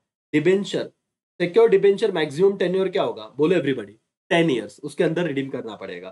क्या ये 5 लाख एओए ने बोला है, वो 10 लाख ले रहे, क्या ऑथोराइज है क्या। Answer is propose within the borrowing power है क्या, no sir, within borrowing power नहीं है। डिबेंचर सर्टिफिकेट कितने महीने के अंदर देना है, within 6 month from the date of क्या बेटा, allotment of debenture. That's all, done हो गया सर, यस और नो। यस, कोई टेक्स्ट बुक का सवाल नहीं सर, ये एक्स्ट्रा सवाल है, नहीं करने के, ऑलरेडी ये बहुत सारे हो रहे हैं, इसमें से ही आएगा। तो chapter number 4 is done. Chapter number 4 is also done sir. खुशियां मनाइए, झूमिए, नाचिए सर, मेहनत करोगे। जो बच्चा डटा है, अभी भी देख रहा है लेक्चर, किसको लगता है कि इतना बड़ा लेक्चर देखे, नहीं ना सर, इच्छा थोड़ी ना, मजा थोड़ी आ रहा है इतना बड़ा लेक्चर देखने में, लेकिन जो मिल रहा है हमें जो मेहनत हो रही है हमारी, फायदा तो हो रहा है कि नहीं। और 2 घंटे में जो चीज हो सकती है, सर पिछले 2 महीने से क्या कर रहे हैं, अरे 6-8 महीने से क्या कर रहे हैं, जम रहा है क्या, यस और नो। सेल्फ स्टडी में बहुत ताकत है दोस्तों, और मेरे साथ कंप्लीट हो रहा है। इशू ऑफ शेयर पे आएंगे, बहुत सिंपल से सवाल है इसके, बिल्कुल ही सिंपल, भले 5 केस स्टडी बेस्ड क्वेश्चन है, लेकिन और थोड़ा पेशेंस रखिए। तीसरा चैप्टर डन, फिर दूसरे और पहले में तो सर है ही कुछ नहीं, बहुत सिंपल सा, तो मैंने ऑलरेडी पहले भी करवा दिया आपको, उसके वीडियो तो मिल भी जाएगा आपको, लेकिन पेशेंस रखिए। चैप्टर नंबर 3 भी हम अभी करेंगे और खत्म करेंगे कहानी को करके। तो मेरे भाइयों और मेरी बहनों, आ जाते हैं हम लोग इशू ऑफ शेयर के क्वेश्चन करने। तो बिना समय गवाइए सर, बिगुल बजना चाहिए, यहाँ पे ध्यान दो, जो इधर उधर भटक चुके हैं, एवरीवन, यस सर करके। तो मजे ले लो सर, हमारे भी दिन आएंगे। यस सर, ये मैंने डिस्कस भी किए थे। आप टेक्स्ट बुक आइए, यहाँ पे थोड़ा ब्लर दिख रहा है, टेक्स्ट बुक पे आइए। मैंने आपको कहा था बहुत सिंपल सा सवाल है, टेक्स्ट बुक में आप फॉलो कीजिए।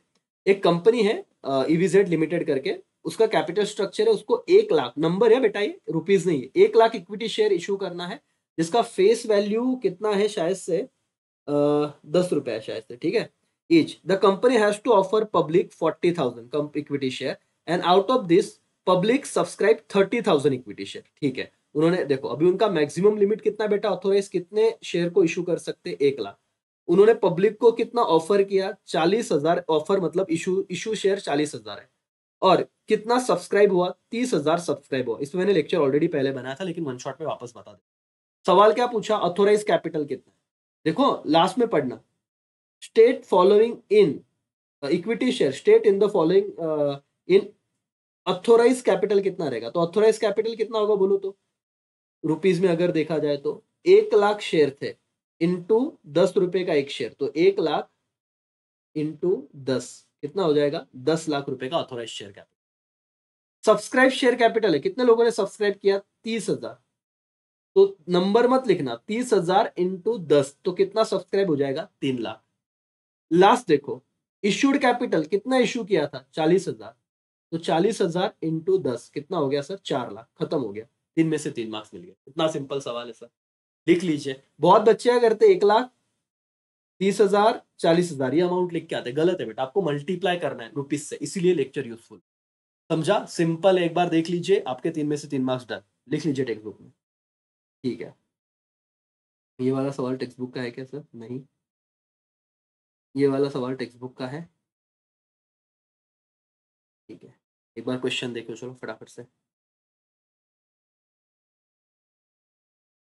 ले लिया बेटा स्क्रीनशॉट, यस और नो? यस करके चलो यहाँ पे ध्यान दो। सर क्वेश्चन क्या है, आप ही पढ़ा दो। अब थोड़े से लेक्चर मतलब थोड़ा पॉइंट बचा हुआ है सर। एक कंपनी है ट्री लिमिटेड, ठीक है, इज न्यूली इनकॉर्पोरेटेड। पूरा दारोमदार इस केस स्टडी का इस वर्ड पे, न्यूली इनकॉर्पोरेटेड। न्यूली इनकॉर्पोरेटेड मतलब क्या? अभी अभी रजिस्टर हुई। आप टेक्स्ट बुक पे जरूर आइए, अंडरलाइन कीजिए इस वर्ड को, तुरंत लेक्चर पॉज कीजिए, टेक्स्ट बुक निकालिए।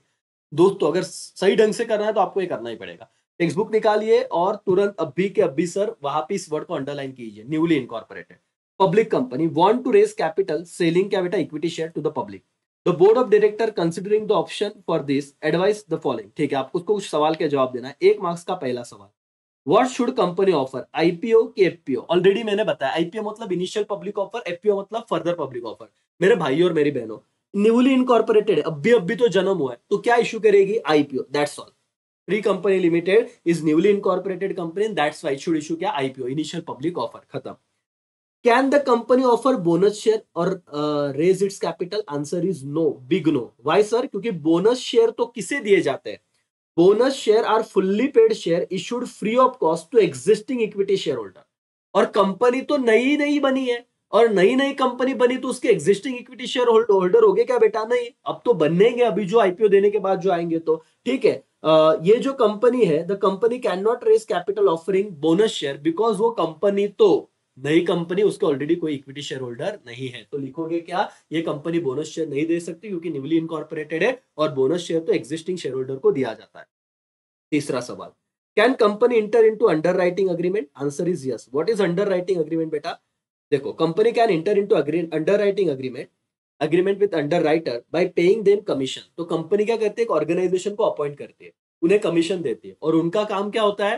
कंपनी के सेल को सब्सक्राइब करवा के देना, बेच के देना।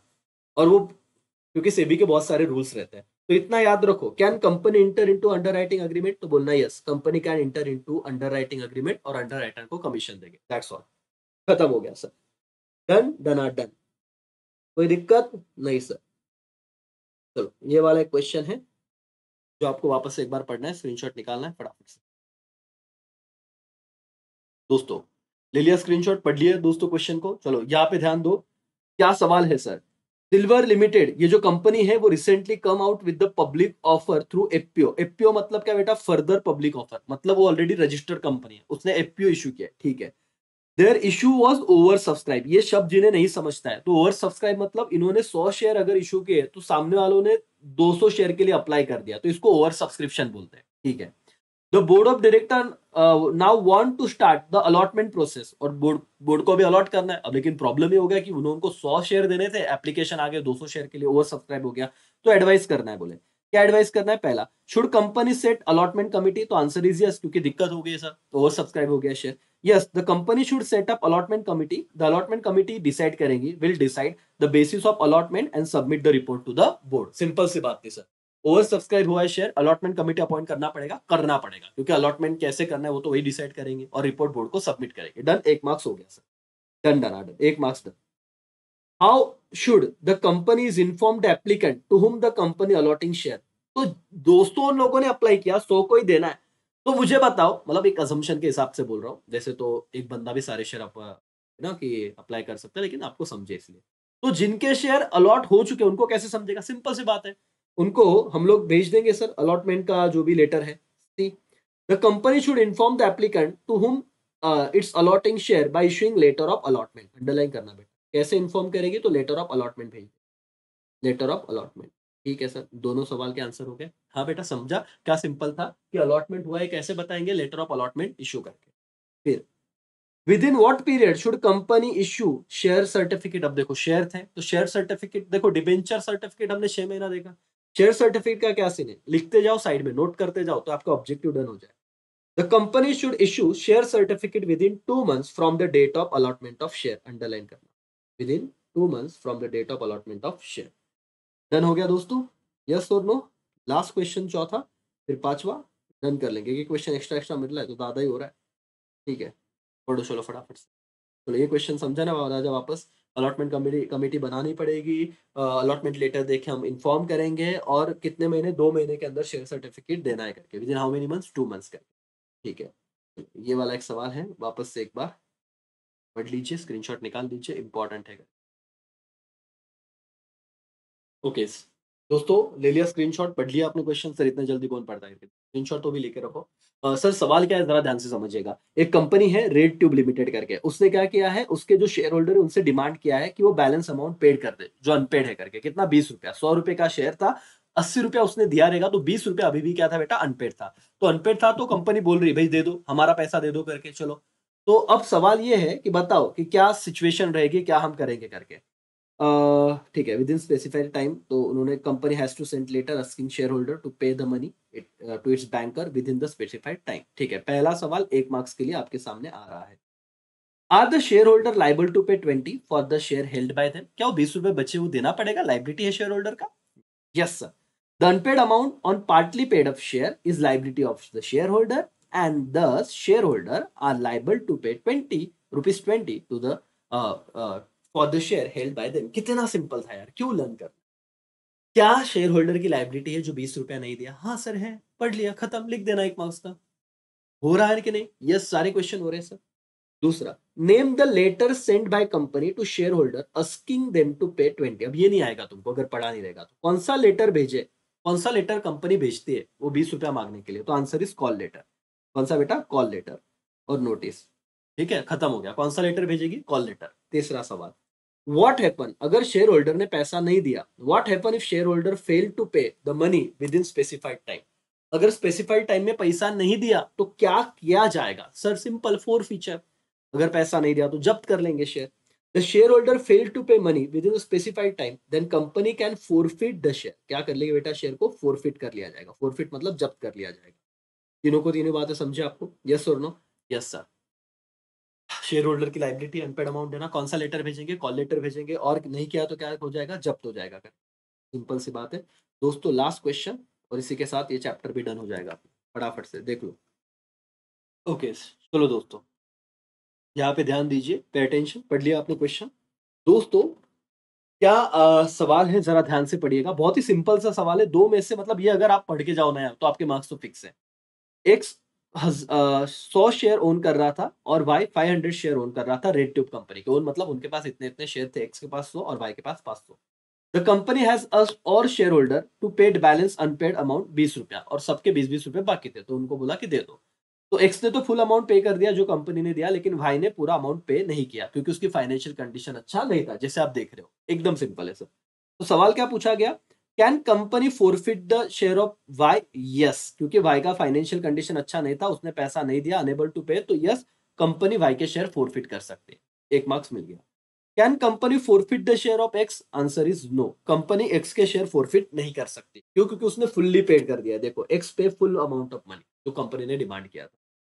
Can x transfer is share, तो आंसर इज यस, उसको अधिकार है इंस्ट्रूमेंट ऑफ ट्रांसफर, ये वाला डॉक्यूमेंट फिल करके, अगर वो फिजिकल फॉर्म में शेयर रखता है तो वो ट्रांसफर कर सकता है अपने शेयर, और अगर डीमैट फॉर्म में तो ऑटोमेटिकली वो ट्रांसफर होगा, अगर वो डिलीवरी अगेंस्ट द पेमेंट, मतलब जो रिक्वायर कंडीशन वो सेटिस्फाई करता है तो डेफिनेटली ट्रांसफर कर सकता है, यस करके।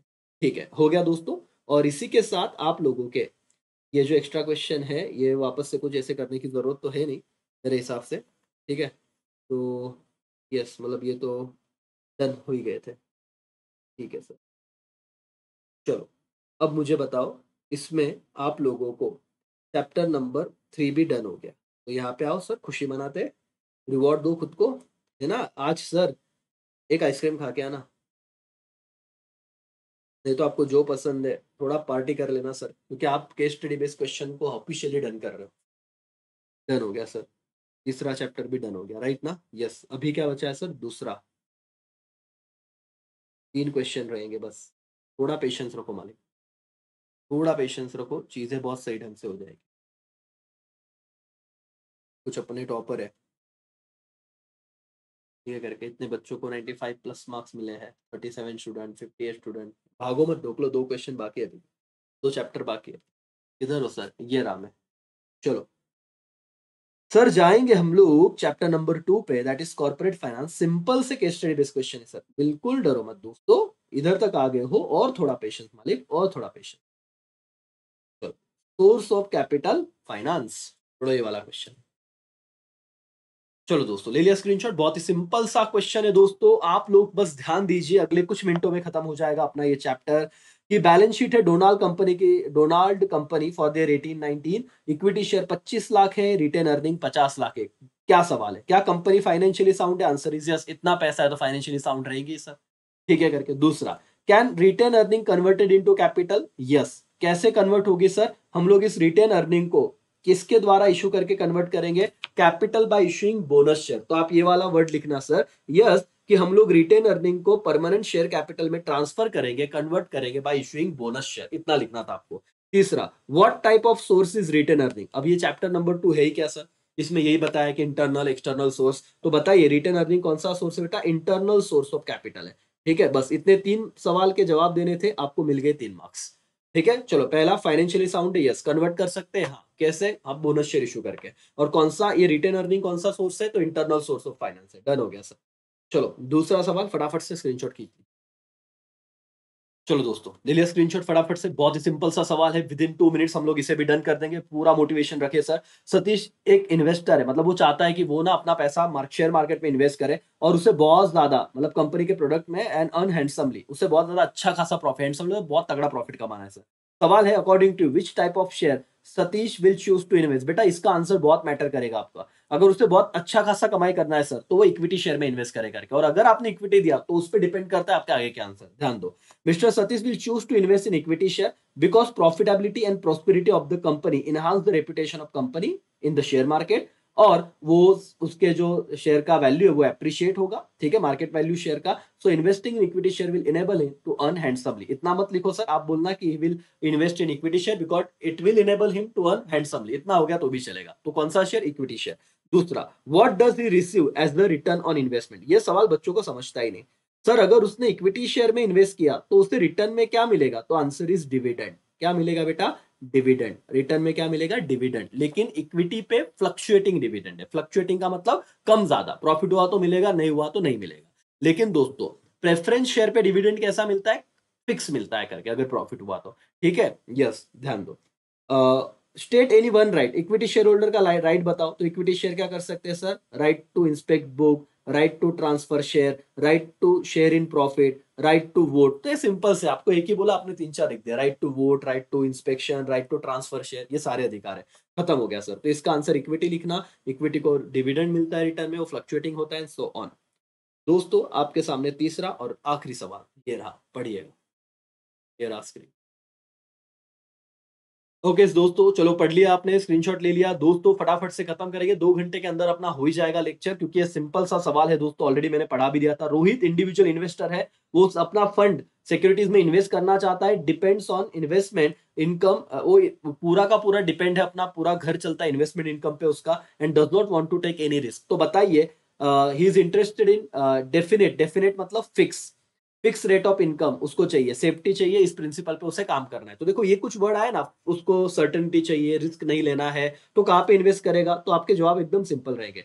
Name the type of security that mister Rohit will opt for. तो आंसर रहेगा क्या बेटा? Preference share. कहां पे इन्वेस्ट कर देगा वो? Yes, he will invest in the preference share. Why? Because he don't want to take any risk. Safety चाहिए उसे, safety of capital and steady return चाहिए। तो इन्वेस्टमेंट कहां पे करेगा? प्रेफरेंस शेयर में करेगा करके। मैं बोला ठीक है भाई। चलो आगे जाते हैं। What does he receive as a return on investment? तो मैंने कहा था, अगर इक्विटी या प्रेफरेंस कोई भी शेयर में इन्वेस्ट करता है तो रिटर्न क्या मिलेगा? डिविडेंड। लेकिन प्रेफरेंस शेयर में वो क्या हो जाएगा? Fix. He will receive fix rate of dividend as a return of investment. ठीक है सर। तीसरा सवाल, the return on investment which he receive fix और फ्लक्चुएटिंग। अभी अभी मैंने बता दिया, क्योंकि आपने यहाँ पे कहा कि वो प्रेफरेंस शेयर में इन्वेस्ट करेगा, और प्रेफरेंस शेयर पे जो रिटर्न मिलता है वो कैसे मिलता है? फिक्स मिलता है, फ्लक्चुएटिंग नहीं होता। फ्लक्चुएटिंग किस पे होता है बेटा? इक्विटी पे। हो गए तुम्हारे 3 में से 3 मार्क्स।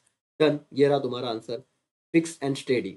डन हो गया सर। आइए दोस्तों, खुशी मनाइए, खुशी का ठिकाना नहीं है सर, थोड़ा पेशेंस। हम लोग जो एंड तक टिके हुए हैं दोस्तों, सेकेंड चैप्टर डन। 3 हमने केस स्टडी बेस्ड क्वेश्चन कर दिए। शुरुआत करना जरूरी है, पहला कदम उठाना जरूरी है सर। पहुंच गए मंजिल तक, सोचते रहते करना है होना है तो नहीं होता। मेरे को भी तो दर्द हो रहा है ना, मैं भी इतना चिल्ला रहा हूँ, आप तो सुन रहे हो। देखो अगर कोई पढ़ रहा है बार बार चिल्ला चिल्ला के 2 घंटे से बात कर रहा है आपके साथ, समझ में आ रहा है दोस्तों। लास्ट 2 क्वेश्चन और ऑफिशियली मेरा ये काम आपके लिए खत्म हो जाएगा और आप भी कॉन्फिडेंस के साथ जी पाओगे फिर। हाँ सर हमने तो कर लिया है करके, पढ़ लिया है करके, ठीक है। चलो टेक्स्ट बुक का सवाल सर, टेक्स्ट बुक भी आप अपने साथ में रखिएगा। यस, ये वाला सवाल आप पढ़िएगा। फिक्स कैपिटल वर्किंग कैपिटल दोनों सवाल बैक टू बैक है, रीड कीजिए। ले लिया दोस्तों स्क्रीनशॉट। ये क्वेश्चन ऑलरेडी मैं आपको पढ़ा चुका था, मतलब जब मैंने बेसिक लेक्चर शुरू किए थे एसपी के, ठीक है। तो आप मुझे बताइए, पहला fix capital versus working capital है, बेसिक बता दो। अगर फिक्स कैपिटल मतलब दोस्तों जो ह्यूज इन्वेस्टमेंट लगता है, ठीक है, बहुत बड़े बड़े ऑर्गेनाइजेशन में मशीनरी लगते हैं, मशीनरी खरीदने के लिए जो पैसा लगता है it is fix capital. Working capital जो डे टू डे एक्सपेंडिचर है, सैलरी देना, रेंट देना, वगैरह वगैरह वगैरह। अब यहाँ पे देखो, the management of Maharashtra state road transport, तो क्या लगेगा सर, यहाँ पे गाड़ियां लगेंगी बड़ी बड़ी, ठीक है। Corporation want to determine the size of working capital. Being a public utility service provider, will it need less working capital or more? चलो बताओ तो, पब्लिक यूटिलिटी सर्विस प्रोवाइडर है, उसे वर्किंग कैपिटल ज्यादा की कम? बेटा सिंपल सी बात है, ये लोग रेली गाड़ी चला रहे, रोज इनके पास पैसा आ रहा है, रोज टिकट खरीद रहे लोग, तो जिनके पास रूटीन पैसा आता ना रेगुलर, उनको लेस वर्किंग कैपिटल लगता है। देखो, being a public utility service provider it will have continuous flow of cash, उसके पास रेगुलर पैसा आता है from its customer, and hints it will need less working capital, ठीक है। Being a public utility service provider, will it need more fixed capital? Answer is yes sir, yes लिखो। Why? क्योंकि उसको huge investment करना है, fix asset में गाड़ियां खरीदनी है, hints will need more fix capital. Answer लिखना मोर फिक्स कैपिटल। एंड लास्ट आपको पूछाएगा एक एग्जांपल दीजिए पब्लिक यूटिलिटी सर्विस। दोस्तों मैंने आपको लर्न करवाया था जब सेपरेट लेक्चर बनाया था, क्या है सर, एमएसईबी महाराष्ट्र स्टेट क्या electricity board, MSEB Maharashtra state electricity board. Type कीजिए तो क्या आप लोग जुड़े हो ना, यस और नो? यस सर, डन हो गया। ये सवाल देख लीजिए एक बार। Working capital public utility service को लेस लगेगा, फिक्स कैपिटल ज्यादा लगेगा, और एग्जांपल पब्लिक यूटिलिटी सर्विस का MSEB Maharashtra state electricity board. दोस्तों लास्ट सवाल है, एक बार देख लीजिए फटाफट से। दोस्तों ले लिया स्क्रीनशॉट, बहुत ही सिंपल सा ये सवाल है दोस्तों, और खत्म हो जाएगा 2 घंटे से पहले। हम लोग डन कर देंगे सारे का सारा हमारा केस स्टडी बेस्ड क्वेश्चन। दोस्तों सीधा क्वेश्चन पे आते बिना समय गवाए। Company is planning to enhance इस प्रोडक्शन कैपेसिटी बढ़ानी है और इवेल्युएट करना है possibility of purchase of new machine जिसका कॉस्ट 2 करोड़ रुपया है, और has alternative machinery available on lease basis. या तो वो खरीदेगी नहीं तो लीज बेसिस पे लेगी। पहला सवाल आपके सामने आ रहा है, मेन सवाल देखो, what type of asset is machinery. Machinery कौन से टाइप का असेट है बेटा, सिंपल सी बात है, फिक्स टाइप का असेट है, and fix asset are use for longer period of time in the business, this assets are not meant for resale. अभी आपने पूरा ज्ञान बांट दिया, फिक्स असेट मतलब लॉन्गर पीरियड ऑफ टाइम के लिए यूज होता है और उसे रीसेल के लिए नहीं खरीदा जाता करके। दूसरा, what capital capital use for purchase of machinery is fix capital और वर्किंग कैपिटल। सिंपल सी बात है बेटा, मशीन परचेस करने के लिए बड़ा अमाउंट लगेगा, लॉन्ग टर्म के लिए इन्वेस्ट रहेगा, इसलिए उसे कौन सा कैपिटल कहा जाएगा sir, fix capital refers to capital invested for acquiring which asset, fix asset. Done हो गया। 203 सवाल, does size of business determine the fixed capital requirement? Answer is yes sir, size of business definitely determine the requirement of fixed capital। अगर आपके business operation का size बहुत ज्यादा है, बहुत ज्यादा आप क्या कमा रहे हो सर, मतलब ऑपरेटिंग एक्टिविटी बहुत ज्यादा है, मशीनरी बहुत ज्यादा लगेगी, तो डेफिनेटली आपका फिक्स कैपिटल का रिक्वायरमेंट भी ज्यादा रहेगा। एंड दैट्स वाई दोस्तों, based on the process are automatic है, इक्विपमेंट ज्यादा लगने वाले हैं, तो हाई रिक्वायरमेंट, देखो जितने ज्यादा आपको fixed capital requirement are likely to be high because most of the production process are based on automatic machine and equipment। जितने equipment ज्यादा उतना fixed capital requirement ज्यादा, and that's why does the size of business determine the fixed capital requirement? Yes it does। Done हो गया दोस्तों, हो done. Sir और madam ध्यान दीजिए, अब आप सुकून से, सर कब से लग रहा था लेक्चर छोड़ दूं यार, बोर हो रहा, बोर मतलब इतना पढ़ रहे दिमाग कभी काम नहीं कर रहा, लेकिन पॉज ले लेके अगर आपने पूरा लेक्चर देख लिया है भाई और बहनों, तो खत्म हो गई आपकी कहानी। यहाँ पे हमने सब कंप्लीट कर दिया है, 10 के 10 चैप्टर, 32 क्वेश्चन, 2 घंटे मालिक। सो प्राउड ऑफ यू, आपके लिए तालियां बजनी चाहिए दोस्तों। अगर आपने पूरा लेक्चर देखा है, आप डिजर्व करते हो अच्छे मार्क्स, और आप लाओगे अगर आप घिसने के लिए रेडी हो तो, आप मेहनत करने के लिए रेडी हो तो दोस्तों भाई और बहनों, यहां पे हमारा ये लेक्चर होता है समाप्त। हमने कर लिए हैं सारे क्वेश्चन, डन। सिर्फ दुआ में याद रखना दोस्तों, आप अगर एक किसी के साथ नहीं ज्वाइन हो पाए तो अपने दोस्तों को जो नासिक में जरूर रेफर कीजिए, क्योंकि आपका वर्ड ऑफ माउथ बहुत मैटर करता है। सो डेफिनेटली मेरा पूरा एडवर्टीजमेंट आपके ही भरोसे है दोस्तों, आपके वर्ड ऑफ माउथ से ही लोग आएंगे। वीवाई के कॉलेज के पास अपना क्लास है, तो डेफिनेटली अपने सारे दोस्तों को रेफर कीजिए। सीए में बीकॉम आगे के सारे क्लासेस अपने पास जरूर आइएगा, ऑनलाइन ऑफलाइन दोनों बैचेस है। Thank you so much, bye, take care, जय हिंद, जय भारत।